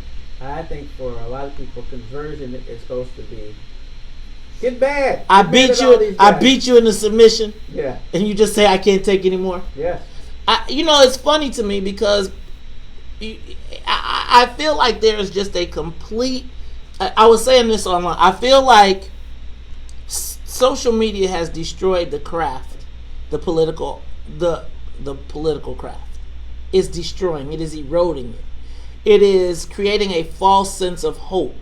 I believe that what is happening, like Todd, I literally spent 20 years working, acting, practicing politics for the reason, and that's why I share a lot of the stuff that I share, because I've done it, I've seen it, I kind of know the process. Ask yourself how many people would be politically relevant if there was no social media. Like, if they could not post a post to dog or hurt someone or share their idea, but if they were dropped into a political campaign, how many people would know what to do? Seriously. Oh, very few. No, like, how many people would know how to what would be the basics? How many people would know how to read the and Plus and minuses. I don't think there's a lot of. I mean, how many of them? So let me ask a question. So where does the political expertise come from? The pontification, where, like, when people are, where does it come from? Well, you know, the expertise. I think there's so many people who want to be anti things. You know, before you could go to a political workshop. So, you know, my dad would send me to political workshops. The DNC had one. I know I went to theirs. I went to the IVI. But that would make you sell out in this world, right? You would learning. My dad, he was like, you go wherever the dollars is, so he'd send you. So where do people go to get their political? IPO was for us. Where is the political? Where do we go to get the political acumen? I'm gonna tell you, Todd. Nobody wants to go. I know, because they got more likes on Facebook. So my question now becomes, because I think this is part of the problem that we're having politically right now. We don't have a bench, right? And I feel like the most vocal, vociferous people, I don't know where they lead us to politically, because I still believe that some black people believe that there is victory in loss, right? Like, I believe that people think that a lot of black folks feel like, man, I've been playing politics, and even if we gave them a good fight, we punched them, they knew we were there, but your people are still in a bad space. Like, I don't think that people necessarily know how to say, okay, let's pick this state rep race, let's go all in on the state rep race, let's work every precinct, let's do the precinct work, let's fundraise, let's do all the essential elements of the campaign and execute. Right now, what I see is people know how to send out an e-blast, right? Right. They know how to buy Facebook ads and do the media, but who can win an election? Who's had experience in the places that they're talking about? Like, honestly. And so so what happens is, when you don't have the tools in the toolbox to learn how to convert, because you're supposed to be, you should anticipate all these objections. Somebody should have said, here's the profile of the black voter, and here is what the opposition to Bernie Sanders is going to be. Here are your talking points. Here's how you address that person to win them over. Right? Hey, we're going to win organically. No, we're going to win because, I'm telling you, I cursed everybody. Man, all 50 of us tore Mays up on social media, and we called him Uncle Tom. And guess what? He just didn't say nothing else, and he walked and he did exactly opposite. No, seriously, what questions do you ask your campaign or yourself when you engage in social media discourse and you're trying to win a losing battle, right? Right. Because no matter how smart you think you are, black folks are going in and saying, oh, I'm going to show him. And not even I'm going to show him. Okay, you cursed me out. You bad. You never win an argument by screaming. Right? Because once that happens, neither one of y'all are listening. Nobody's listening to that. Yeah. Exactly. So you know what? Since nobody's listening, let me bring y'all all back. Todd, it is time for our Black Woman Beauty of the Day. Now check this out, Todd. See if you can guess. She was born October 29th, 1972 in Omaha. I should be able to guess just from that. Yep. She went to University of California at UCLA. She is an American actress, voice artist, activist, and author. Her parents, one of her biggest obstacles were her parents divorced after 30 years of marriage. I'm going to tell you one of the other obstacles she faced was she was raped at a Payless while she was working. And I just think about that. Her breakthrough role was in the 2000 film Bring It On. She's also known for performances in romantic comedies like Brothers, Deliver Us from Eva, and Daddy's Little Girls. Let me see. Wait.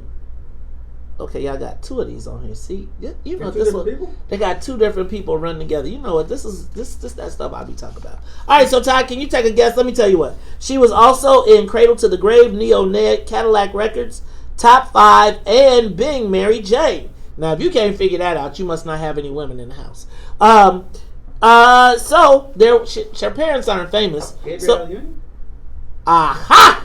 You got it. That's right. Our beautiful black beauty of the day is Gabrielle Union. That was a close one. That was a close one, but you know what? I remember her from. Remember when she used to be a video vixen? That's what I remember. When she used to be on the cover of all the magazines. Oh. Nah, I remember when she used to be spread out over the magazines and be like, ooh, let me see that Gabrielle Union. Hey, y'all, it's Talk Chicago 1690. Then D-Wade took off the table. We'll be back after traffic and the weather. I'll take that piece. Dun, dun, dun, dun, dun, dun, dun, dun. Yeah, man. I will say abuse can give you a skewed look on life. That's all I'll say. Todd, what do you mean that's all you'll say? Dun, dun, dun. Beautiful, 'cause I want you to know you're my baby girl. Mm-mm. I'll be back with the love that will see you through. I'll be back.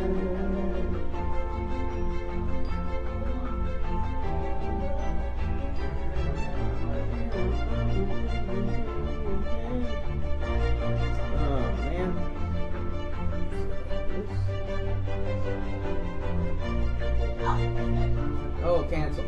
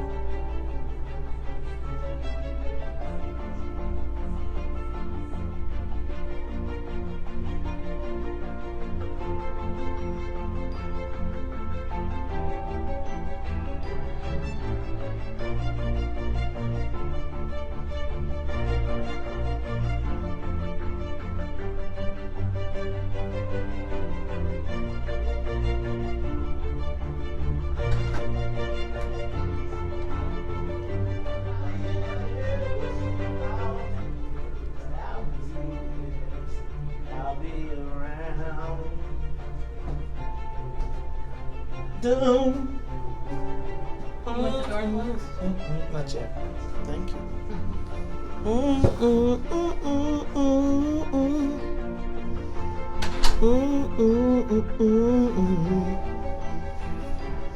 Whenever you call me, I'll be there. Whenever you need me, I'll be there. Whenever you call me, I'll be there.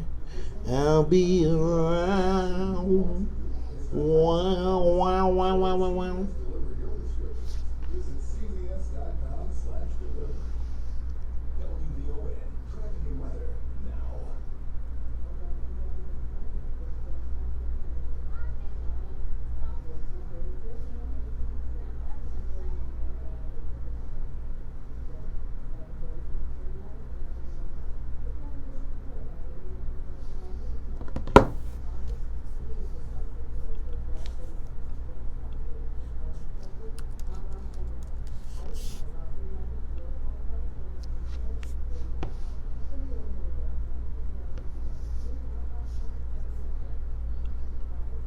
Whenever you call me, I'll be there whenever you need me.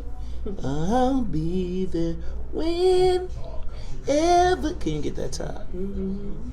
I'll be there. But I don't even know. But it moves on. Let's hear for the maze. Oh, let's hear the maze. Hey, yeah. Let's hear for the maze. You know you got to understand. Oh, maybe I'm no Romeo, but I'm that man in one man show. Oh, whoa, whoa, whoa. Let's hear for the maze.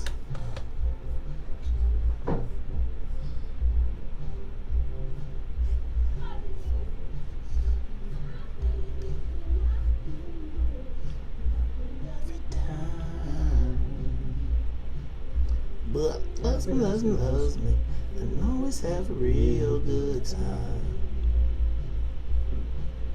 And maybe that's alright by me. Yeah. Yeah. Let's hear from the boys. Oh, let's get the boy. Hey, hey, hey, yeah. Let's hear from my baby. You know you gotta understand, yeah. Oh, maybe he's no Romeo, but he's my love and one man show. Oh, whoa, whoa, whoa. Let's hear it for the boy. You are tuned in to Talk Chicago 1690 AM. I'm your host. Let's get the boy. Oh, Stojan and Todd. Yes, sir. That was the computer. Todd, I was going to ask you, do you think it's time? Let me ask a question. This is going to be a very challenging election cycle for the Cook County Democratic Party. Would you think? What do you think? Are we talking nationally? Or no, I'm talking about Cook County. Just Cook County. Oh, Cook County. You didn't say Cook County, right? So you got Kim Foxx up, and she's facing the battle of her life. You got Mike Carbonargi, who's the party's candidate, versus Richard Boykin, who we hope that black people can get behind if we could stop fighting over Bernie and whatever. Right. And Kim. Then you've got a contested water reclamation race where the unions have decided that they are going to throw the party's candidate overboard. Which and anybody is. I think they're throwing Kim. Well, no, I don't know which one they're throwing overboard. I think they made a deal with the white guy, Kim Davis. To throw over the black guy and the black woman and the Latino woman. So, but what I'm seeing is that, and like if you see the palm cards that we're passing out, right? They're all throwing everybody, but the party has not been able to put the hammer down on anybody. Right. So now you got the water rec race where the slated candidates are in the fight for their life. You got the Cook County State's Attorney race where the chairman of the Democratic Party is not working for the state's attorney. You got the 19th ward, which is the largest vote-getting ward. Right? I posted their palm card yesterday. Wow. Because black people are texting me these palm cards like, look, man, they're not supporting Kim, they're not, etc. Now, my question is, what is the party doing to offset that? So, does the party have an operation in the 13th ward for Kim Foxx? I doubt it. Does the party have an operation in the 19th ward for Kim Foxx? I doubt it. Does the party have an operation in all of the wards where Kim Foxx may not have? Right now, at all the early voting locations, does the party have people at every early voting location that are clearly identified as Democratic Party and saying, hey, take these palm cards? Do they have an early vote program? We saw the mail that they sent, right? And so, Todd, this is what I'm talking about when I talk about political acumen, right? So we fighting over Bernie Sanders when early voting is happening and Kim is in the fight of her life, and I have not seen any Democratic Party people passing at the polling places, nor have I seen any of the activists or the political experts right now saying, hey man, I'll take the polling places in my ward, etc. But somebody's got to ask that. But if you've never been in a war except on social media, guess what you're doing? You posting talking about you posting the palm cards instead of having palm cards and being there. I'm telling you the playbook. I know nobody want to ask me the playbook, but again, you can't Google this. It's not on social. There is not a. Maybe there is a YouTube on how to run a campaign. Let me go to Ron. Ron, you on Talk Chicago 1690. Ron? All right, Rick, you on the Talk Chicago 1690. Rick, did I lose you? Okay. Ron and Rick, the R&Rs, y'all is gone. Todd? So I guess my question is, first of all, do you think if Toni Preckwinkle loses these races, should she stay the chairman of the party? I think she's in trouble. Don't forget P. Scott Neville. All right. Right? So we could potentially lose everything.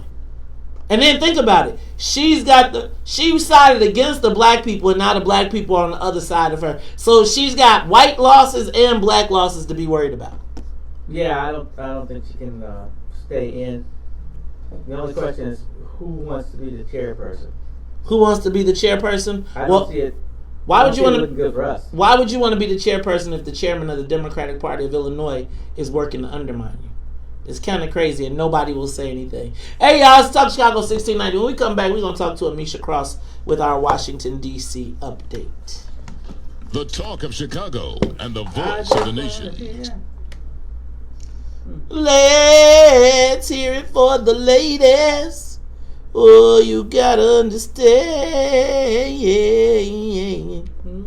Whoa, maybe I'm no Romeo.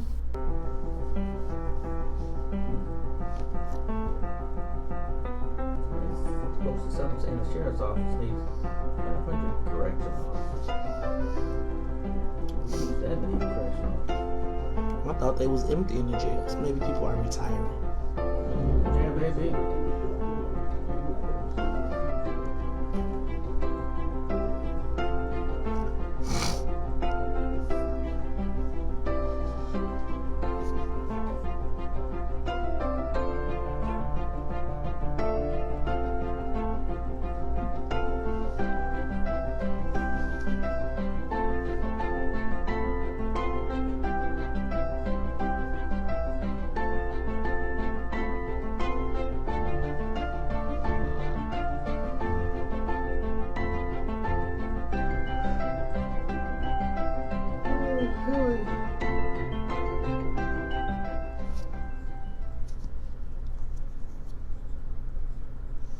Woo!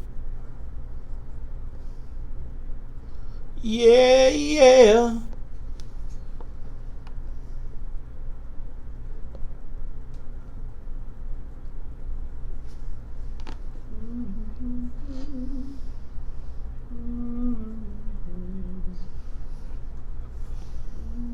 Deacon, what you confused about? It's the black ticket. It's black palm cards. Why don't you come get some and pass them out? Put them in your precinct. Win something for the people. Deacon, why don't you come to the What's in it for the Black People meeting, man? Why don't you could I'll make you the dean of the precinct captains. You can run the precinct captain program. Come on, Deacon, we need you. Man, y'all, Deacon is one of the best precinct captains out. Citywide. He'll put his numbers up. He'll show you. He be fussing, though. See, Deacon is one of them fussy precinct captains because he can turn out his precinct, you know. So Deacon is one of them cocky precinct captains. He ain't cocky, though. But you know what I mean? You know the ones. Todd, you know the precinct captains that come in because they know they about to vote 80, 90% of their precinct. Yeah. And they sit in the back of the meeting and talk smack because they know because you can't do nothing about them because they got them numbers. Yes. That's Deacon. Deacon be like, yeah, Deacon be sitting in the back. He be like, my voters vote how I tell them to vote. Yeah. I remember a judge came in and he said, where is... No, he said, I'm offering a TV for the best turnout in the precinct. I guess for him it was. And he came back with a TV after the election. He won. Oh, no, man. I'm going to tell you. I used to love those contests. Right now, they They playing for high stakes over in the homeland. They playing for trips to like Jamaica and stuff, right? Like I was like, hold on, I might have to get back in the precinct captain game. I'm not allowed to be a precinct captain though after the Ken Duncan debacle. You're not allowed. No, I got my own precinct captains. Deacon, come on, man. Come on, teach the people. Help them learn. Help the peoples, man. See, Deacon one of them people that want to hold all the secrets. You know who else was a banging ass precinct captain? Wally Hunter.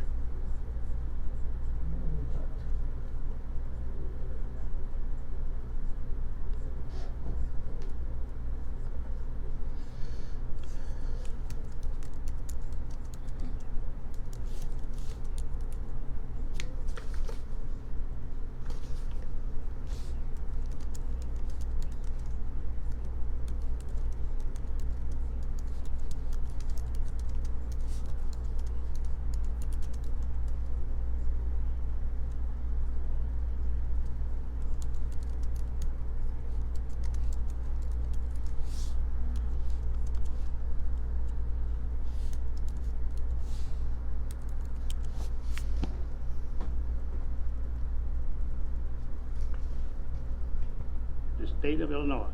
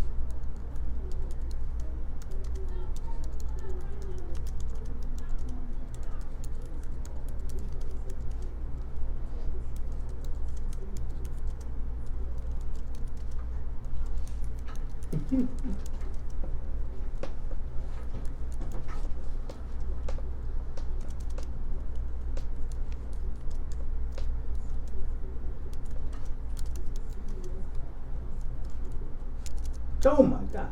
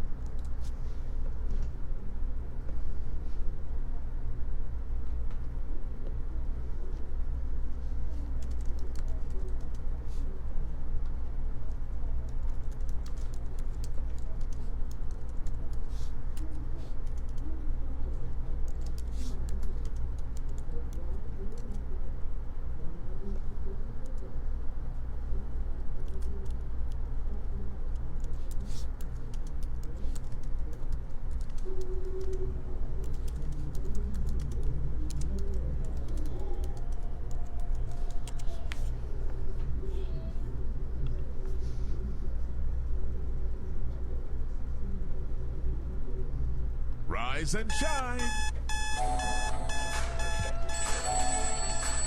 up! Wake up. Wake up! Wake up. Wake up! Wake up.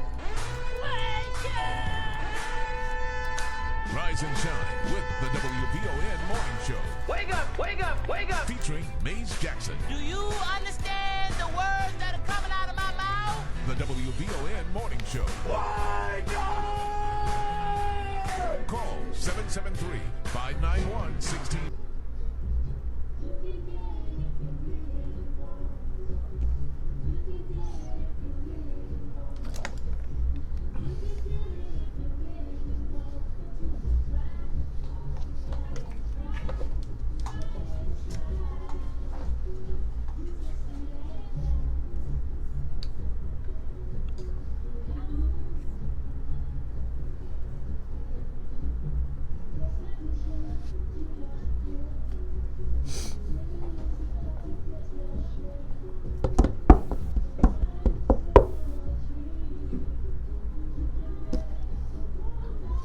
You are tuned in to Talk Chicago, 1690 AM. I'm your host, Maze Jackson. Got my co-host, Todd Stroger.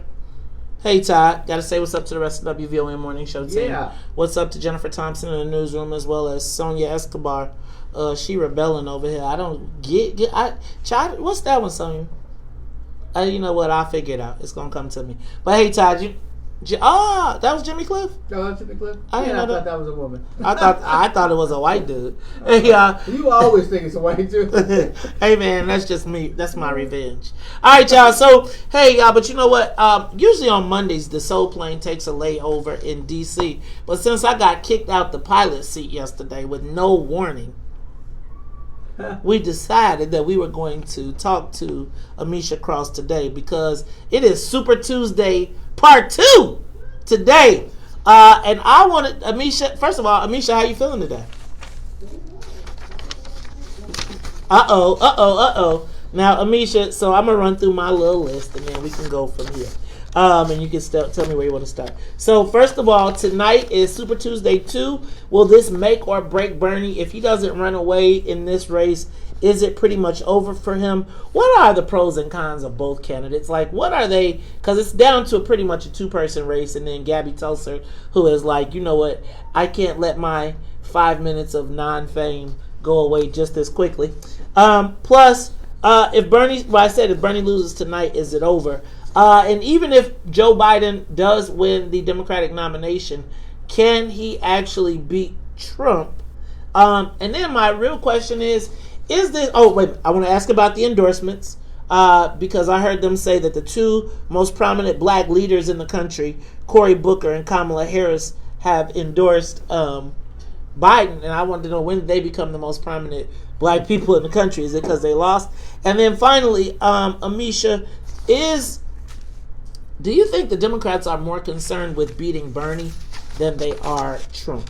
So I'll let you start wherever you want. That's what I got. From the top of your list. Okay. Today is, we call it DC, mini Super Tuesday. You don't have as much delegates up for grabs as you did on Super Tuesday, but the biggest state that people want to see the numbers out of tonight is Michigan. And if Michigan goes Biden in large number, which it appears it will by the polling thus far, he is leading in double digits, close to 30 points. If tonight's vote breaks down in that way, Bernie Sanders is done.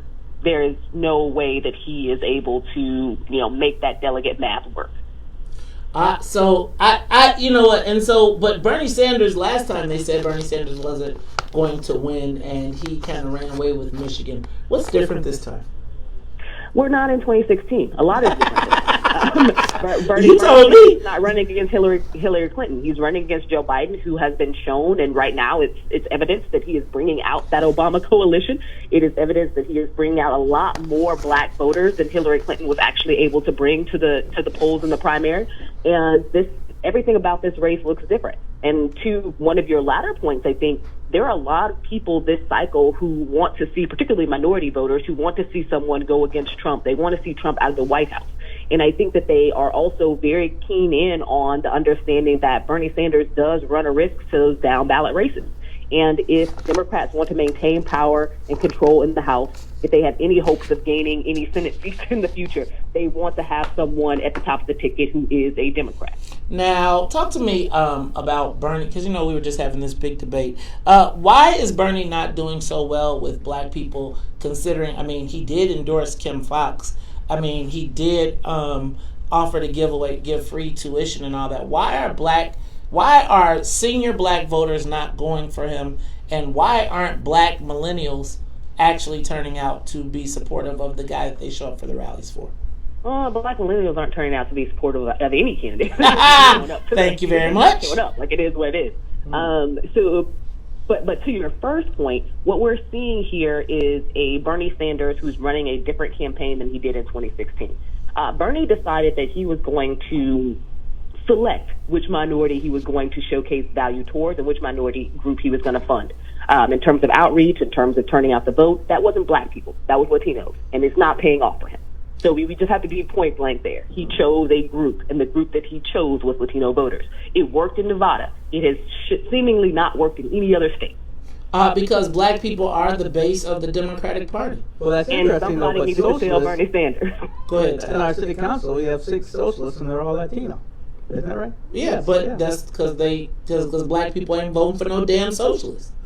I keep trying to There's also that. I think that there is an understanding, or there was a misunderstanding by his campaign and a miscalculation that because there are a lot of black people who are in economic trouble, that if you toss certain things to them or you say certain things about what they get for free, that's going to be something that brings them to the polls. What he found in the South, particularly, where economic struggle is higher than it is in any other place in this country, is that black people don't want things for free. They want to have an equal chance at getting their piece of the pie. They don't want to not work. They don't want to not be able to invest. They want to be able to be able to compete. My goodness. So, Amisha, if you were a betting woman tonight, what happens? Because, hold on, let me run the states that are going to be going tonight. You got, hold on, it is blah, blah, blah, blah, blah, blah. Hold on. Missouri, Michigan, Idaho, Mississippi, North Dakota, and Washington State. So, the crown jewel of that is Michigan. How many delegates are in Michigan? Do you know? Over 100. So what ends up going to happen is we have the governor of Michigan, Whitmer. She has already endorsed Joe Biden. We have the lieutenant governor, who in 2016 endorsed Bernie Sanders, but come 2020 has also endorsed Joe Biden. We have both Kamala and Corey who have endorsed, who are also campaigning in Detroit. We have all of the stars seem to be aligning in the great state of Michigan for Joe Biden. There is going to be a very hard time that Bernie Sanders is going to have trying to bring out the coalition he had in 2016 now, because the reality on the ground is different.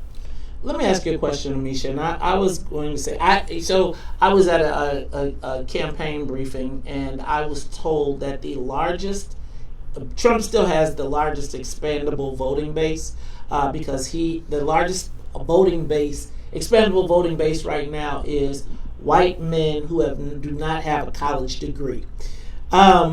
Which leads me to, and black people are overwhelmingly supporting Joe Biden regardless.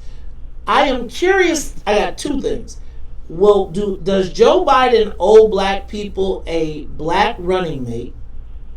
And then secondly, do Democrats really think they can beat Trump in this election? Or do they think that it is more important to beat Bernie Sanders and the coup that was brewing inside of the party? Great questions. And to your first one, hell yes. You have to make sure, and I think that Democrats are very smart in this, that you operate under a candidate who you know that you can put forward, who's going to bring together a coalition. But beyond that, what we've seen with the 2020 race is the ability of Democrats to coalesce around in ideology. And I think that that's very important, because we did see these rifts that were, I think, overexerted by the media, to be honest. The socialist wing, or the Democratic socialist wing of the party, was always small. The media allowed Republicans to shape that narrative and make it seem as though this was going to take over the Democratic Party. We see in actual votes that it does not. But Bernie Sanders, if he was smart, he would have ran as an independent. Bernie Sanders has always said that he's not a Democrat. Bernie Sanders created a campaign and an election cycle around basically starting a war with the Democratic Party and trying to split it from the inside. And Democrats just aren't having it. And now they're crying. This race has been a little bit of both. People trying to fight that Democratic socialist ideology, but also knowing that you can't win the majority of the country with it. The other part is choosing someone who they think is going to be strong enough in terms of not only fundraising capacity, but also, again, building up those down ballot races to take on Donald Trump, because this is a turnout race. Do not be fooled. If Democrats turn out in the number that Democrats are represented in this country, there is no way in hell Donald Trump gets elected a second time. The only way he does is if Democrats decide to stay home. All right, well, you know what? Let's see. I don't know if there's a candidate right now that brings black people out. And I think the bump really comes from black folks. So let's talk about it when we come back. It's Talk Chicago 1690, because I do want to talk about this VP pick as well. We'll be back. More of the morning show with Maze Jackson coming up. Vice President pick of Latina? If he picked a Latina, well, shit, he's got a Latina running the state of Illinois. Oh, does Biden, yeah. That's crazy to me. It's like that's the whole. It's man, and it was funny to hear. You know how the world works. It was funny to hear the people's rationale. friends. Everybody, well, I get that, but it's like you need friends or you need to win. And it's like, so here we go. Another freaking Latina will have the chance to ascend to the upper echelons, whether she wins or not. Once you're in that presidential network, like you always work, you always getting put on, you gonna fly around, they're gonna put you on other stuff, right? We don't get into the pipeline, and even though he needs black votes, right? Well, true. Isn't this the same page? Haven't we seen this story over and over and over? With all our races, not just people who are running as presidential candidates, but also statewide candidates. Wait, say that again. I said we've not only seen this same picture with presidential candidates, we see this in statewide candidates too. Senator and the constitutional officers. Yeah, black people don't seem to have enough clout to get someone in at a high level.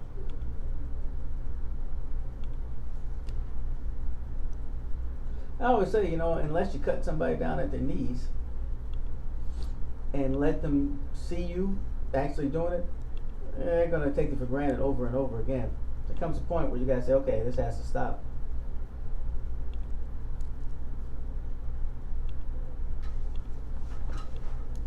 And Michigan is a big state. Almost 10 million people.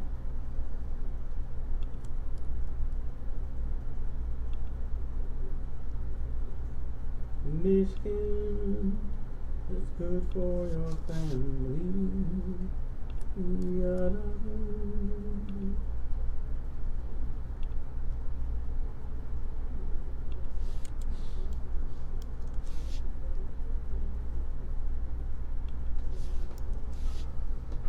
Crap. What's happened here?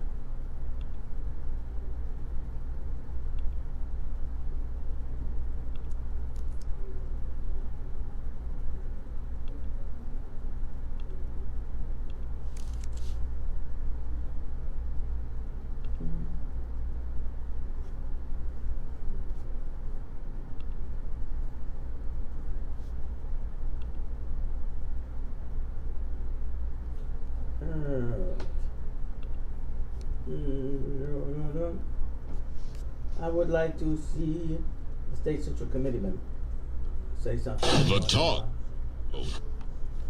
What? Take me to your leader? No. They'll probably say, follow me to my leader. Boss, I got you another one.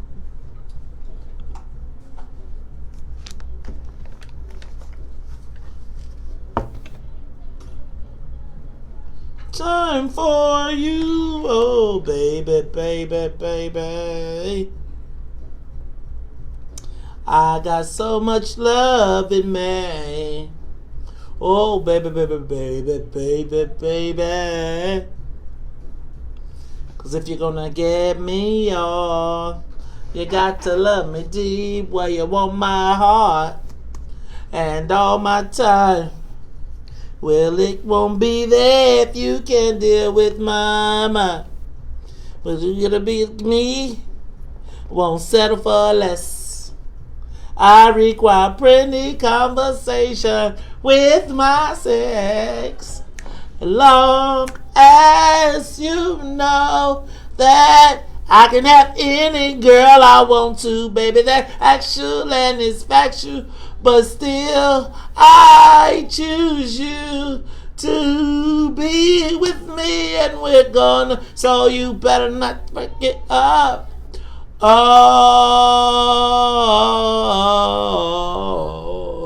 I got so much love in me.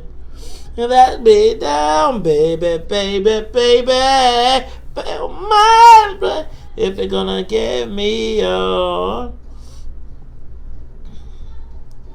You are tuned in to the Talk Chicago 1690 AM. I'm your host, Maze Jackson.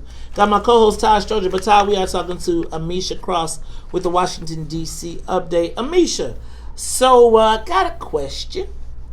So you said, hell yes, Joe Biden owes black people a vice presidential candidate. Specifically black women. I do want to make that clear. When it comes to who showed up in the polls, when it comes to who led organizing, when it comes to the 20% that it looks like Donald Trump may be able to pick off, that's black men, not black women. There is something that needs to be owed to the black community in general, but Biden is currently in talks, as he should be, around a black female candidate who needs to be his vice presidential pick. And so how does he pick from amongst which losers? He doesn't have to. He could choose somebody who is entirely outside of this Democratic nominating process. Obviously, there are those who did not make it, who ran against him, who are vying for the top spot. But he's got a pretty hefty slate. So, like, who are some of the people that are on that slate? There are a lot of successful black women across this country. We're seeing, even though Stacey Abrams did not make it in Georgia, she has really set the stage for herself with Fair Fight. It has raised a ton of money. It is working to make sure that not only black people are able to show up to the polls this election cycle, but in election cycles to come. And I think that she would be a great vice presidential choice. Obviously, there's buzz around Kamala Harris. There's also buzz around certain mayors across the country who happen to be black female and those who have served previously. And again, he's got a long list. You know, I think it's going to be interesting. I don't know. In the history, I have not seen a vice president really spike the numbers for anyone. That has been a big spike. And I still say that if the Democrats are to win, whether if you put a black woman in the polling place or not, black women are going to turn out for whoever the Democratic nominee is, because that's just what they do, right? They always come to the rescue of the Democratic Party.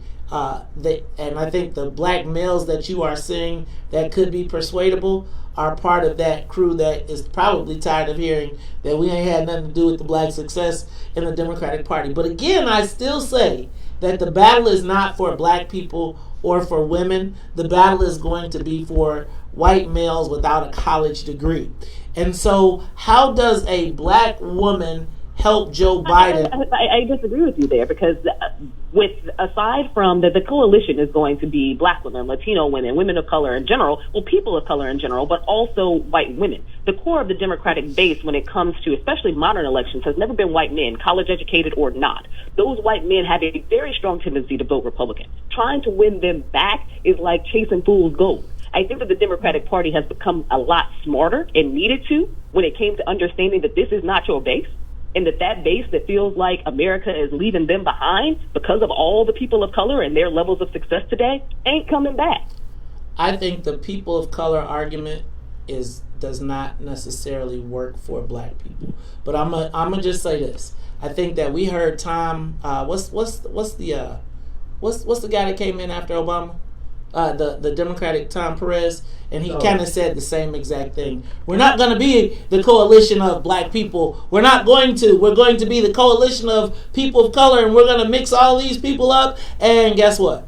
Then in Detroit, the black folks didn't show up. And then in Milwaukee, the black men didn't show up. And then in Philadelphia, they didn't show up, and we looked up. I guess I think we're going to disagree on this point.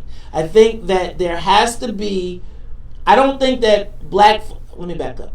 I think that black women are going to come out and vote for the Democratic nominee regardless of who the choice is. No, I agree with you there. The make or break here is going to be how white women vote.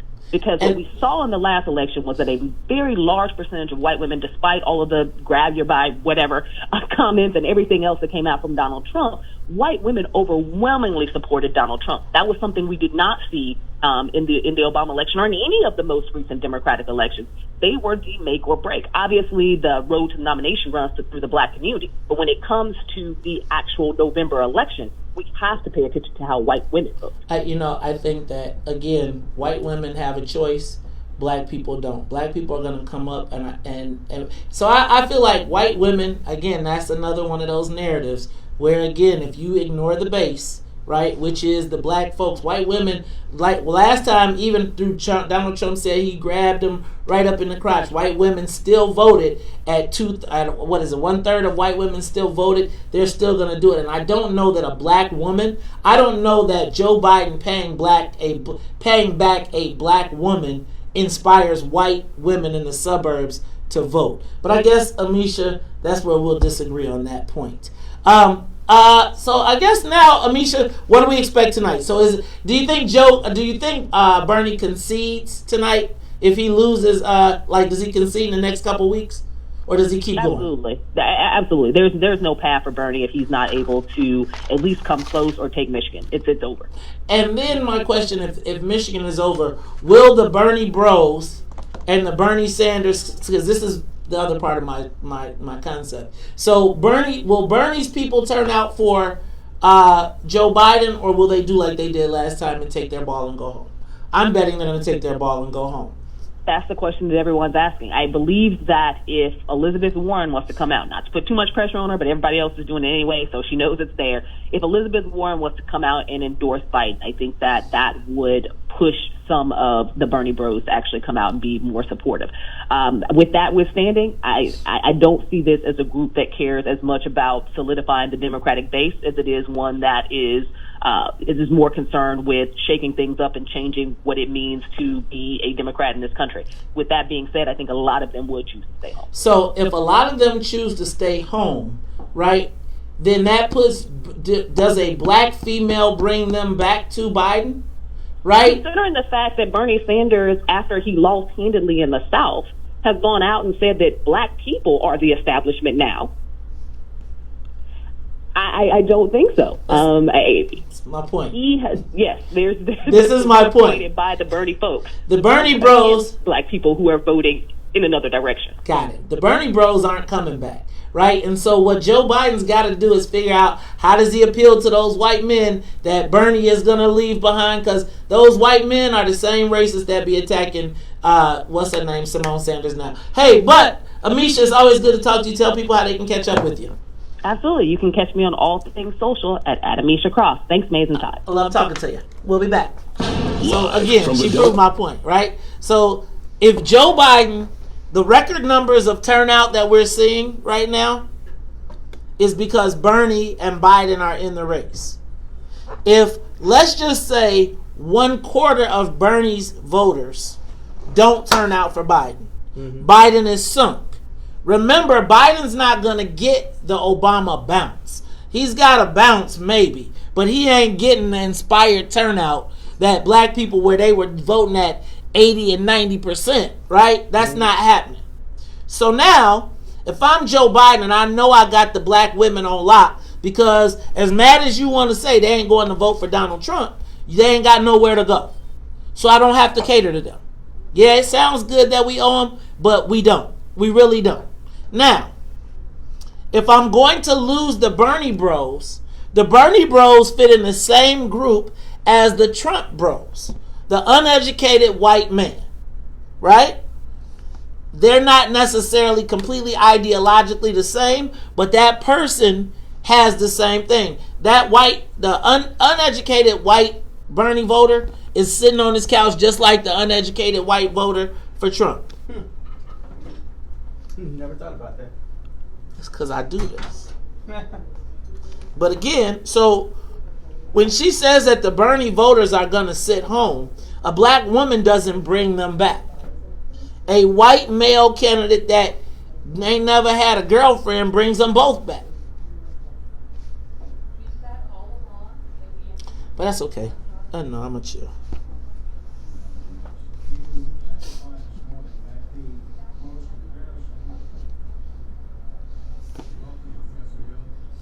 It's a wrap for both of them, quite frankly. And by Bernie, what Bernie needs to, no, let's see.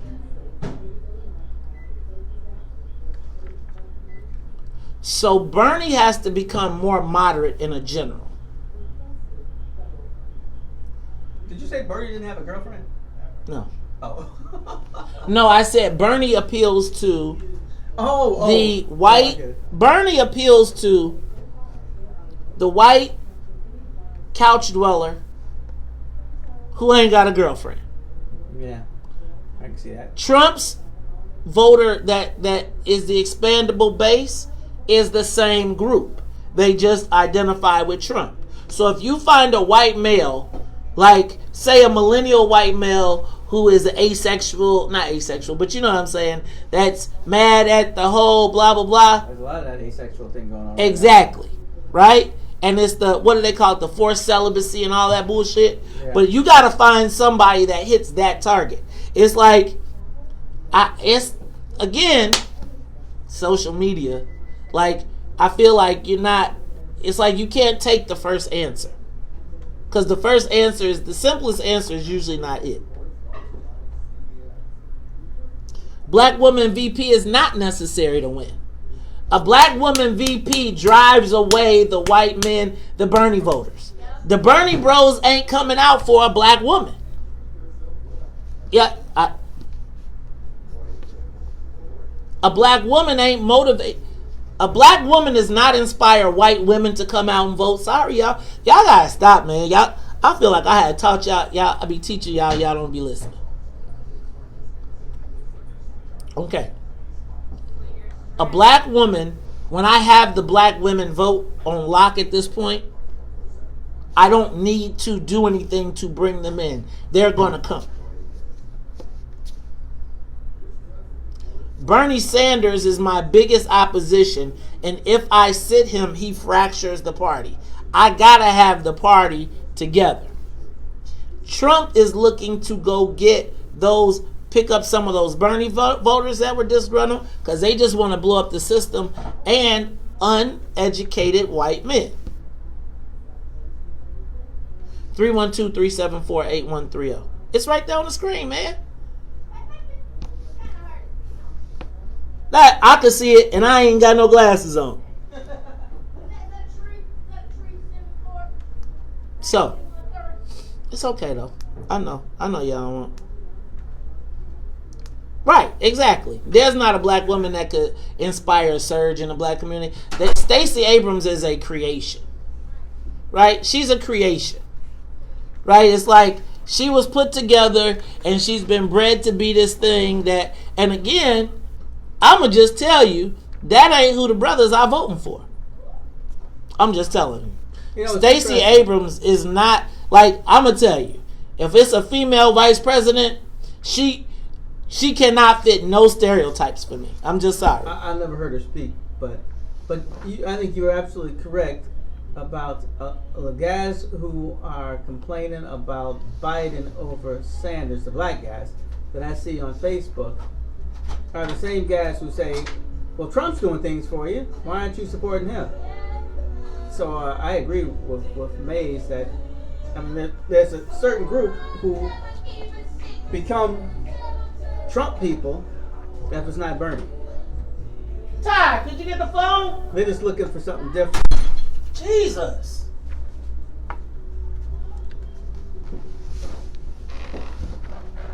Mace, I'd give you a little more energy, but I had 2 bad nights of sleep and I'm starting to die. I'm sorry.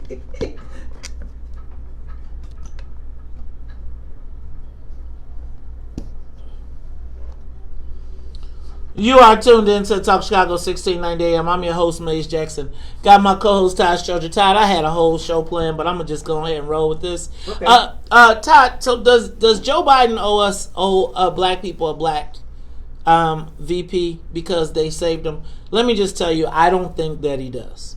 Well, let me not say does he owe him. I think black people are owed, but again, we're going to get gaffled. I never got gaffled like that, because here's why I see it. What's that mean? Gaffled means played. You know, you're in an Ice Cube. It was an old Ice Cube. You don't like Ice Cube. So here's my thought. Joe Biden has now got the black vote. Amisha was saying how, you know, Joe Biden owes black women, and if it wasn't for black women, and blah, blah, blah, blah, blah, blah. And I appreciate that, because Amisha, you know, she's a strong black woman doing her thing, and I understand you got to represent for your tribe. Oh, yeah, no, I get it. Right, but here's the deal. Joe Biden has the black vote. Remember I told you when I was on the Pat Quinn campaign after the primary, Pat Quinn was like, Mays, why do we need to worry about the blacks? What are they going to do? Vote Republican? What you're trying to say is, like always, we'll take it for granted, like we always do. Yeah. So I won't even go that far. I'm just going to do political strategy. I'm not even going to do... So no, I'll go that far. I've seen it in action. Okay. Always, we'll take them for granted. And after we win, we'll take them for granted again because they have to come back to us. Right. Because, those boogeymen over there. So, here's the thing, Tom. And then I'm going to go to the callers. The Bernie bros, as Amisha highlighted, if Bernie Sanders doesn't win the nomination, they're probably not going to turn out overwhelmingly for Joe Biden. Those Bernie bros, to me, are the forced celibate white men who stay on their couches and, they complain about everything, and then some of them turn into serial shooters and all that stuff, right? They'll go back to their computers. Right, they'll go back to their computers. Plot the end of the world. Plot the end of the world as they make love to their virtual girlfriend online with a sock and I don't know how they do it these days. Sock and some lotion, whatever. Yeah. All right. So those guys are going home. A black female vice president doesn't bring them into the game.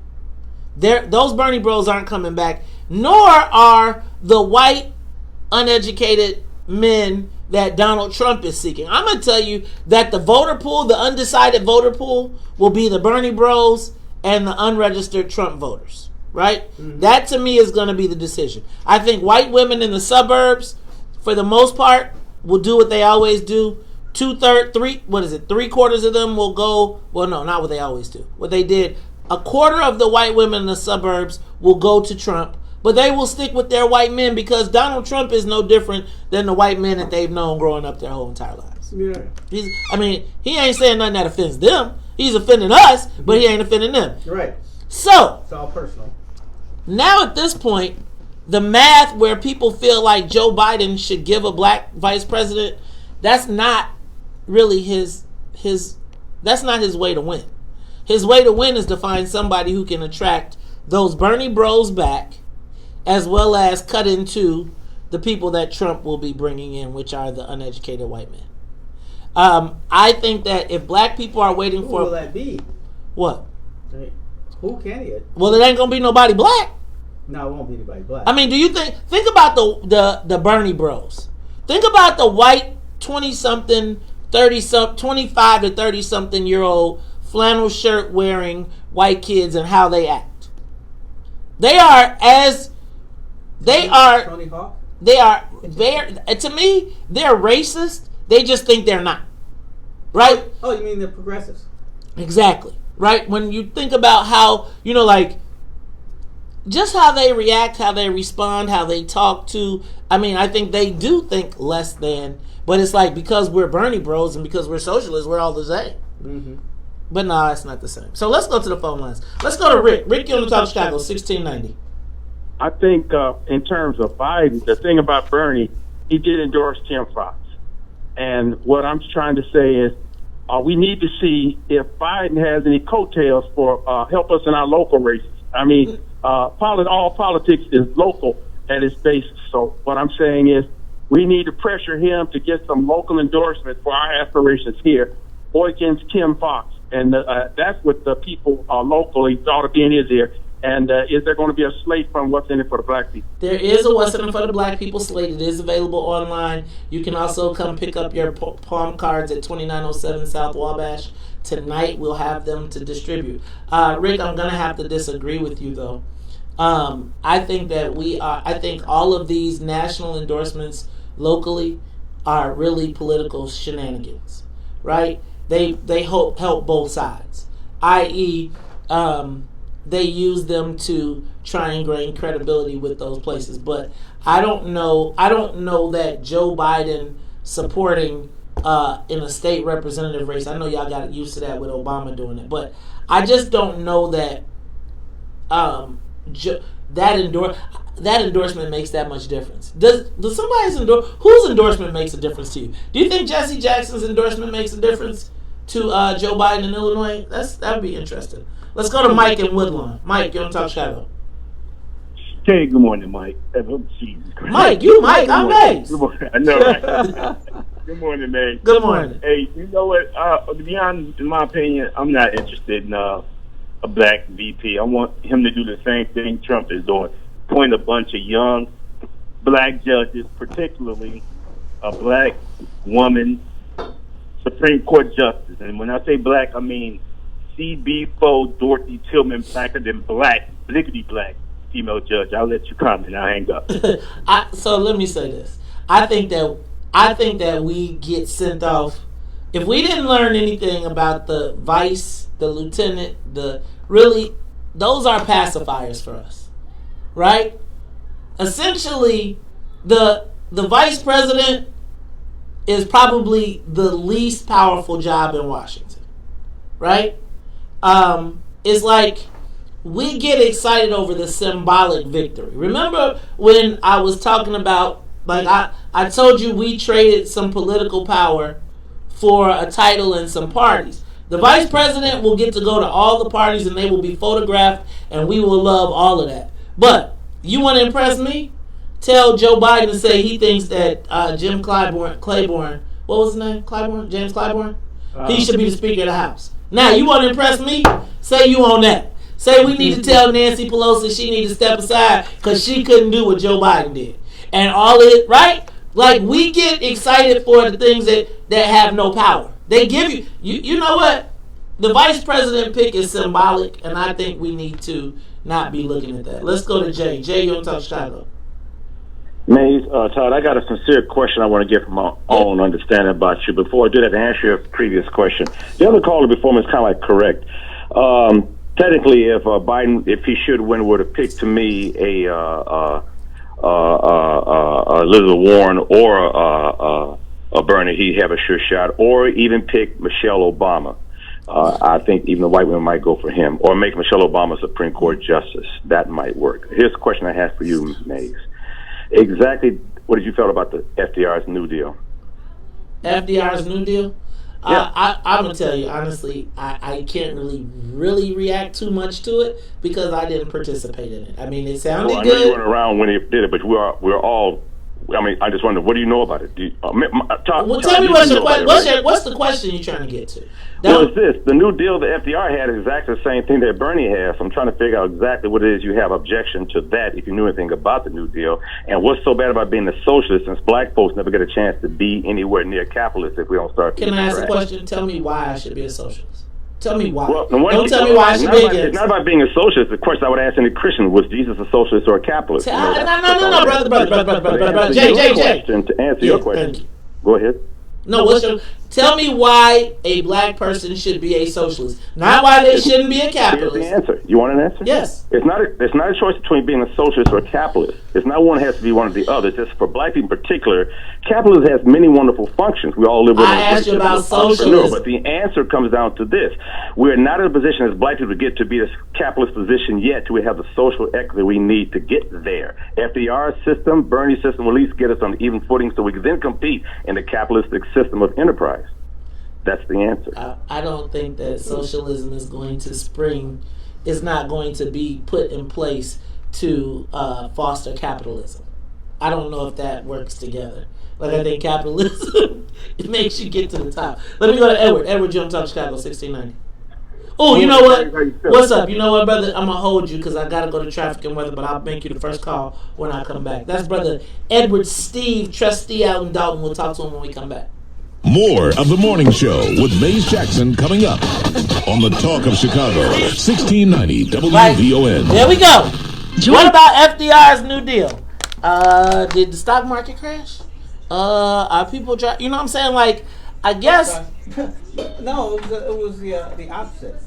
The stock market crashed, and then he put the New Deal in place. Yeah, right. But I'm saying, did all that happen? Are we we're not living in the depression? We're not in that we're not in the depression, and it's like, again, we don't have to be negatively impacted by capitalism if the people we elect recognize that their job is to fight for our peace, right? Like, I don't have to be. I'm not trying to be a socialist. I think all of my arguments are, hey, like, here's the deal. Like, I'm not I'm not, if you think that I'm 50 years old.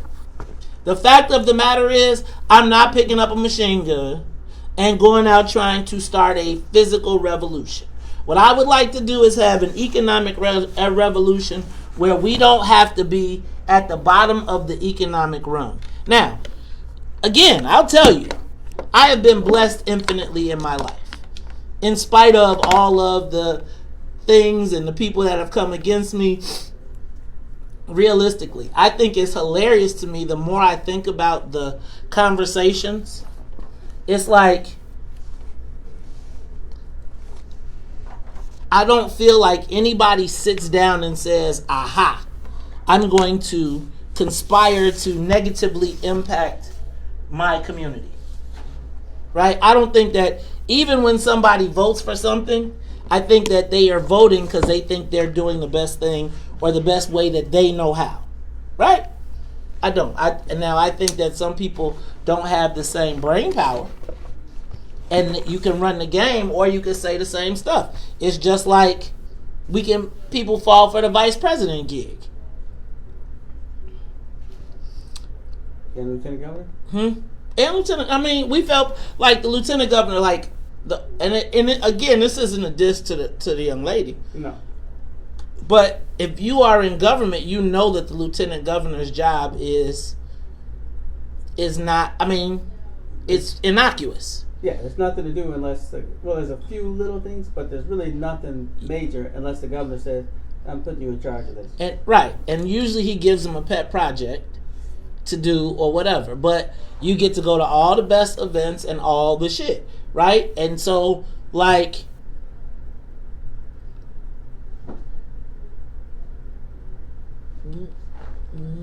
we would be excited about that. There's no reason for us to be excited about the vice president. I just think, it's like the more and more I talk to people, it's like I just be wanting, like, I really want to understand the political philosophy. You know, like our political philosophy at What's in It for the Black People is the acquisition of political power. Because if you don't have the power, you can't help no goddamn body. Nope. Right? It's like you can stand outside all day long. So, people say, Mays, would you make a deal with Madigan? If I had 5 state reps, hell yeah, I'd make a deal. But I make a deal to benefit our community. But I would also make sure that I benefited too. Right? It's like, nah. No. It's like you have to be in the power dynamic. The person that's chopping up the $100 million for the schools, you can't.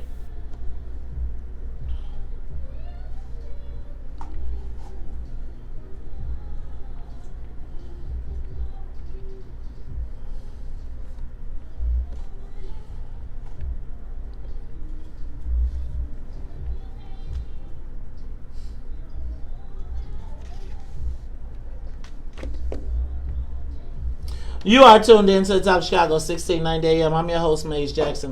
Got my co-host, Strojan Todd. We are talking about this Biden and a black vice presidential pick. I don't think he needs one.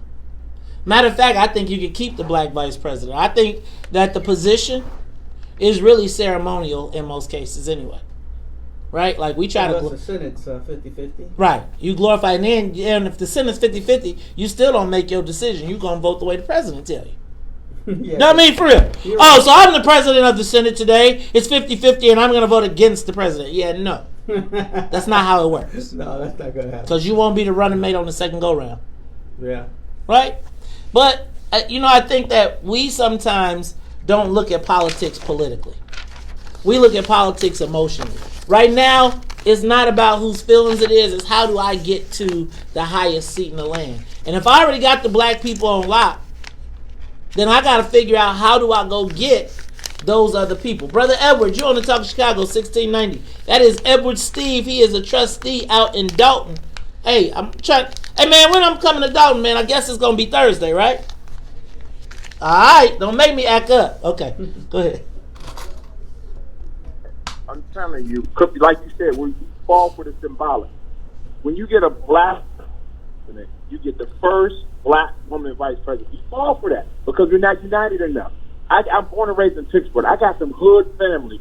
If you put a black woman with Biden, they don't even know who the mayor is in this city, but they're going to get out and vote. Because you got the first black woman vice president, and you put Obama on top of that, then you're going to get a bunch of numbers that you couldn't account for. That's what I'm saying. We're gullible enough to fall for the first black woman vice president.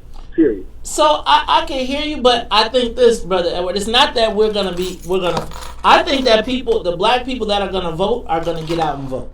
Right? I think and the people that you get with a black woman vice president, maybe 2 points, 3 points, you need big swaths. And the biggest prize out there right now is white males uneducated. And so So I get you. If they flip Michigan and Pennsylvania, they get Detroit and Philadelphia and Pittsburgh, and they flip Michigan and Pennsylvania because of black folks. And it's going to be it's going to be black people who they couldn't account for when you got the first black vice president. And you get Obama on top of that, and we're gullible enough to fall for it. We're not united enough to demand anything. We fall for it's a fake. I hear you, and I'm gonna say I think that's I think you're extrapolating out well, Grasshopper. I think shout out. I'm very proud of Brother Edward Steed. That is our first black elected official from What's in It for the Black People member. Also our historian. Thank you, brother. I see where you're going with that.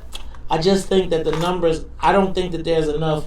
You can't make up enough ground, right? I think that the black bump you're gonna get because most black voters are already registered.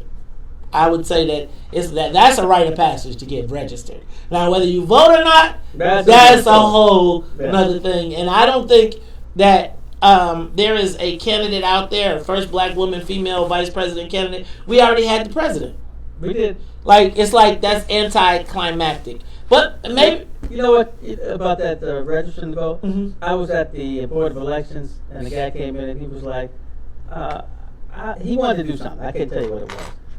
But he said, I wasn't registered, and I'm registered to vote. And so they looked, and he had been registered to vote 30 years ago, probably at his mother's house. And he never looked, he probably moved 5 times or something. He'd been thrown off the rolls. Yeah, man, I'm just telling you, black folks are voting. I mean, black folks are registered to vote because everybody say you got to vote. But then they don't necessarily vote their interest because we don't ask that. Or vote. Right. And I think that there's just enough divisiveness in the black community right now, division over the Democratic Party. I don't think that just the vice president,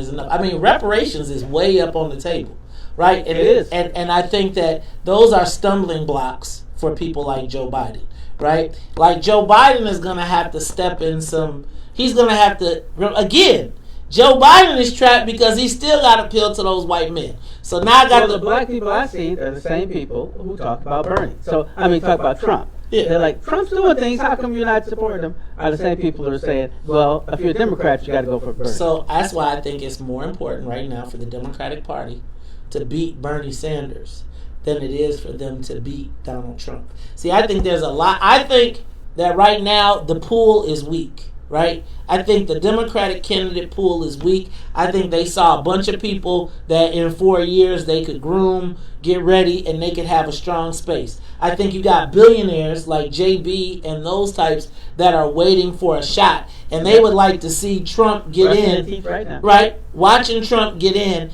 I don't think that, again, nobody wants to face the Bernie Sanders movement if they're trying to run as an establishment Democrat. No. So Joe Biden takes the bullet. He kills Bernie Sanders. They're probably thinking, hopefully, literally, because at this point, if Bernie Sanders doesn't win, he's 80? He'll be 84. I mean, he can't really run again. No, I don't think. Right? So they're going to run him out of time, and then in 4 years, right? After everybody, Chuck and Nancy still meeting, people's 401k is coming back, they doing their thing. Then in 4 years, because it's going to start to tail off towards the end. Yeah. And then they can whack them, and then everybody will be lined up to come and save the country. See how that worked? Yeah. And Bernie Sanders will be gone. AOC will be beat into submission, and they won't. I think what will surprise you is the next candidate won't be AOC. It'll be one of those other ones that we're not thinking about. No, I don't think that. I think that this will be the end of the. I think this is going to be the think the end movement's of. gonna die? I think this is the end of democratic socialism. I think this is the Tea Party. I forgot. We got a black Democratic socialist too. Who? Ilya, whatever. Oh No. Here, Taylor. Oh yeah. Yep. And they're trying to put another one in. Well, anyway, but my point is, Todd, I think that if you look at this in 4 years, you're going to say, that dang on Mastradamus. Because, again, I don't think they're worried about beating Trump as much as, I think that they get 4 years to build up a bunch of presidential candidates, but in the meantime, there will not be the Bernie cancer. See, Bernie, the Democrats were stronger than the Republicans because the Republicans lost to the Tea Party. Shout out to Joe Walsh. Oh yeah. They lost to the Tea Party and got gutted from the inside out. I think the Democrats saw that because now the Republican Party is not the same Republican Party. Used to be rich white men. Now it's like poor white men. So I'm going to just tell y'all, watch what I tell you because it's going to be crazy. All right, Ty, we got to get up out of here. Yeah, AOC, AOC is still going to lose, bro.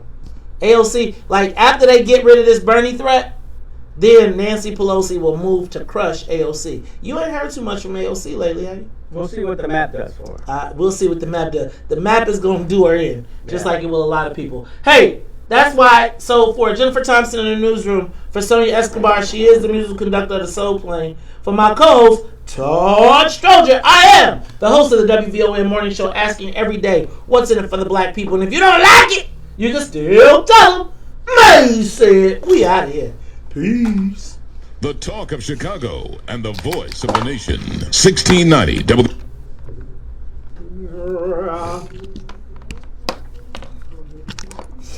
It is. It's like we fighting over two white-haired, 80-year-old men who you know was living went to the white-only restaurant, went to the white-only water fountain, and they might have talked about it symbolically, but when it was time to go to the doctor, they didn't go in the back door. Y'all be cracking me up. Fighting over which white man. I'm going to have to start pulling up some of my old joints, because I told y'all about fighting over these white men about 4 years ago. It was a commentary. White men don't pick our leaders. All right, y'all. We out of here. Peace.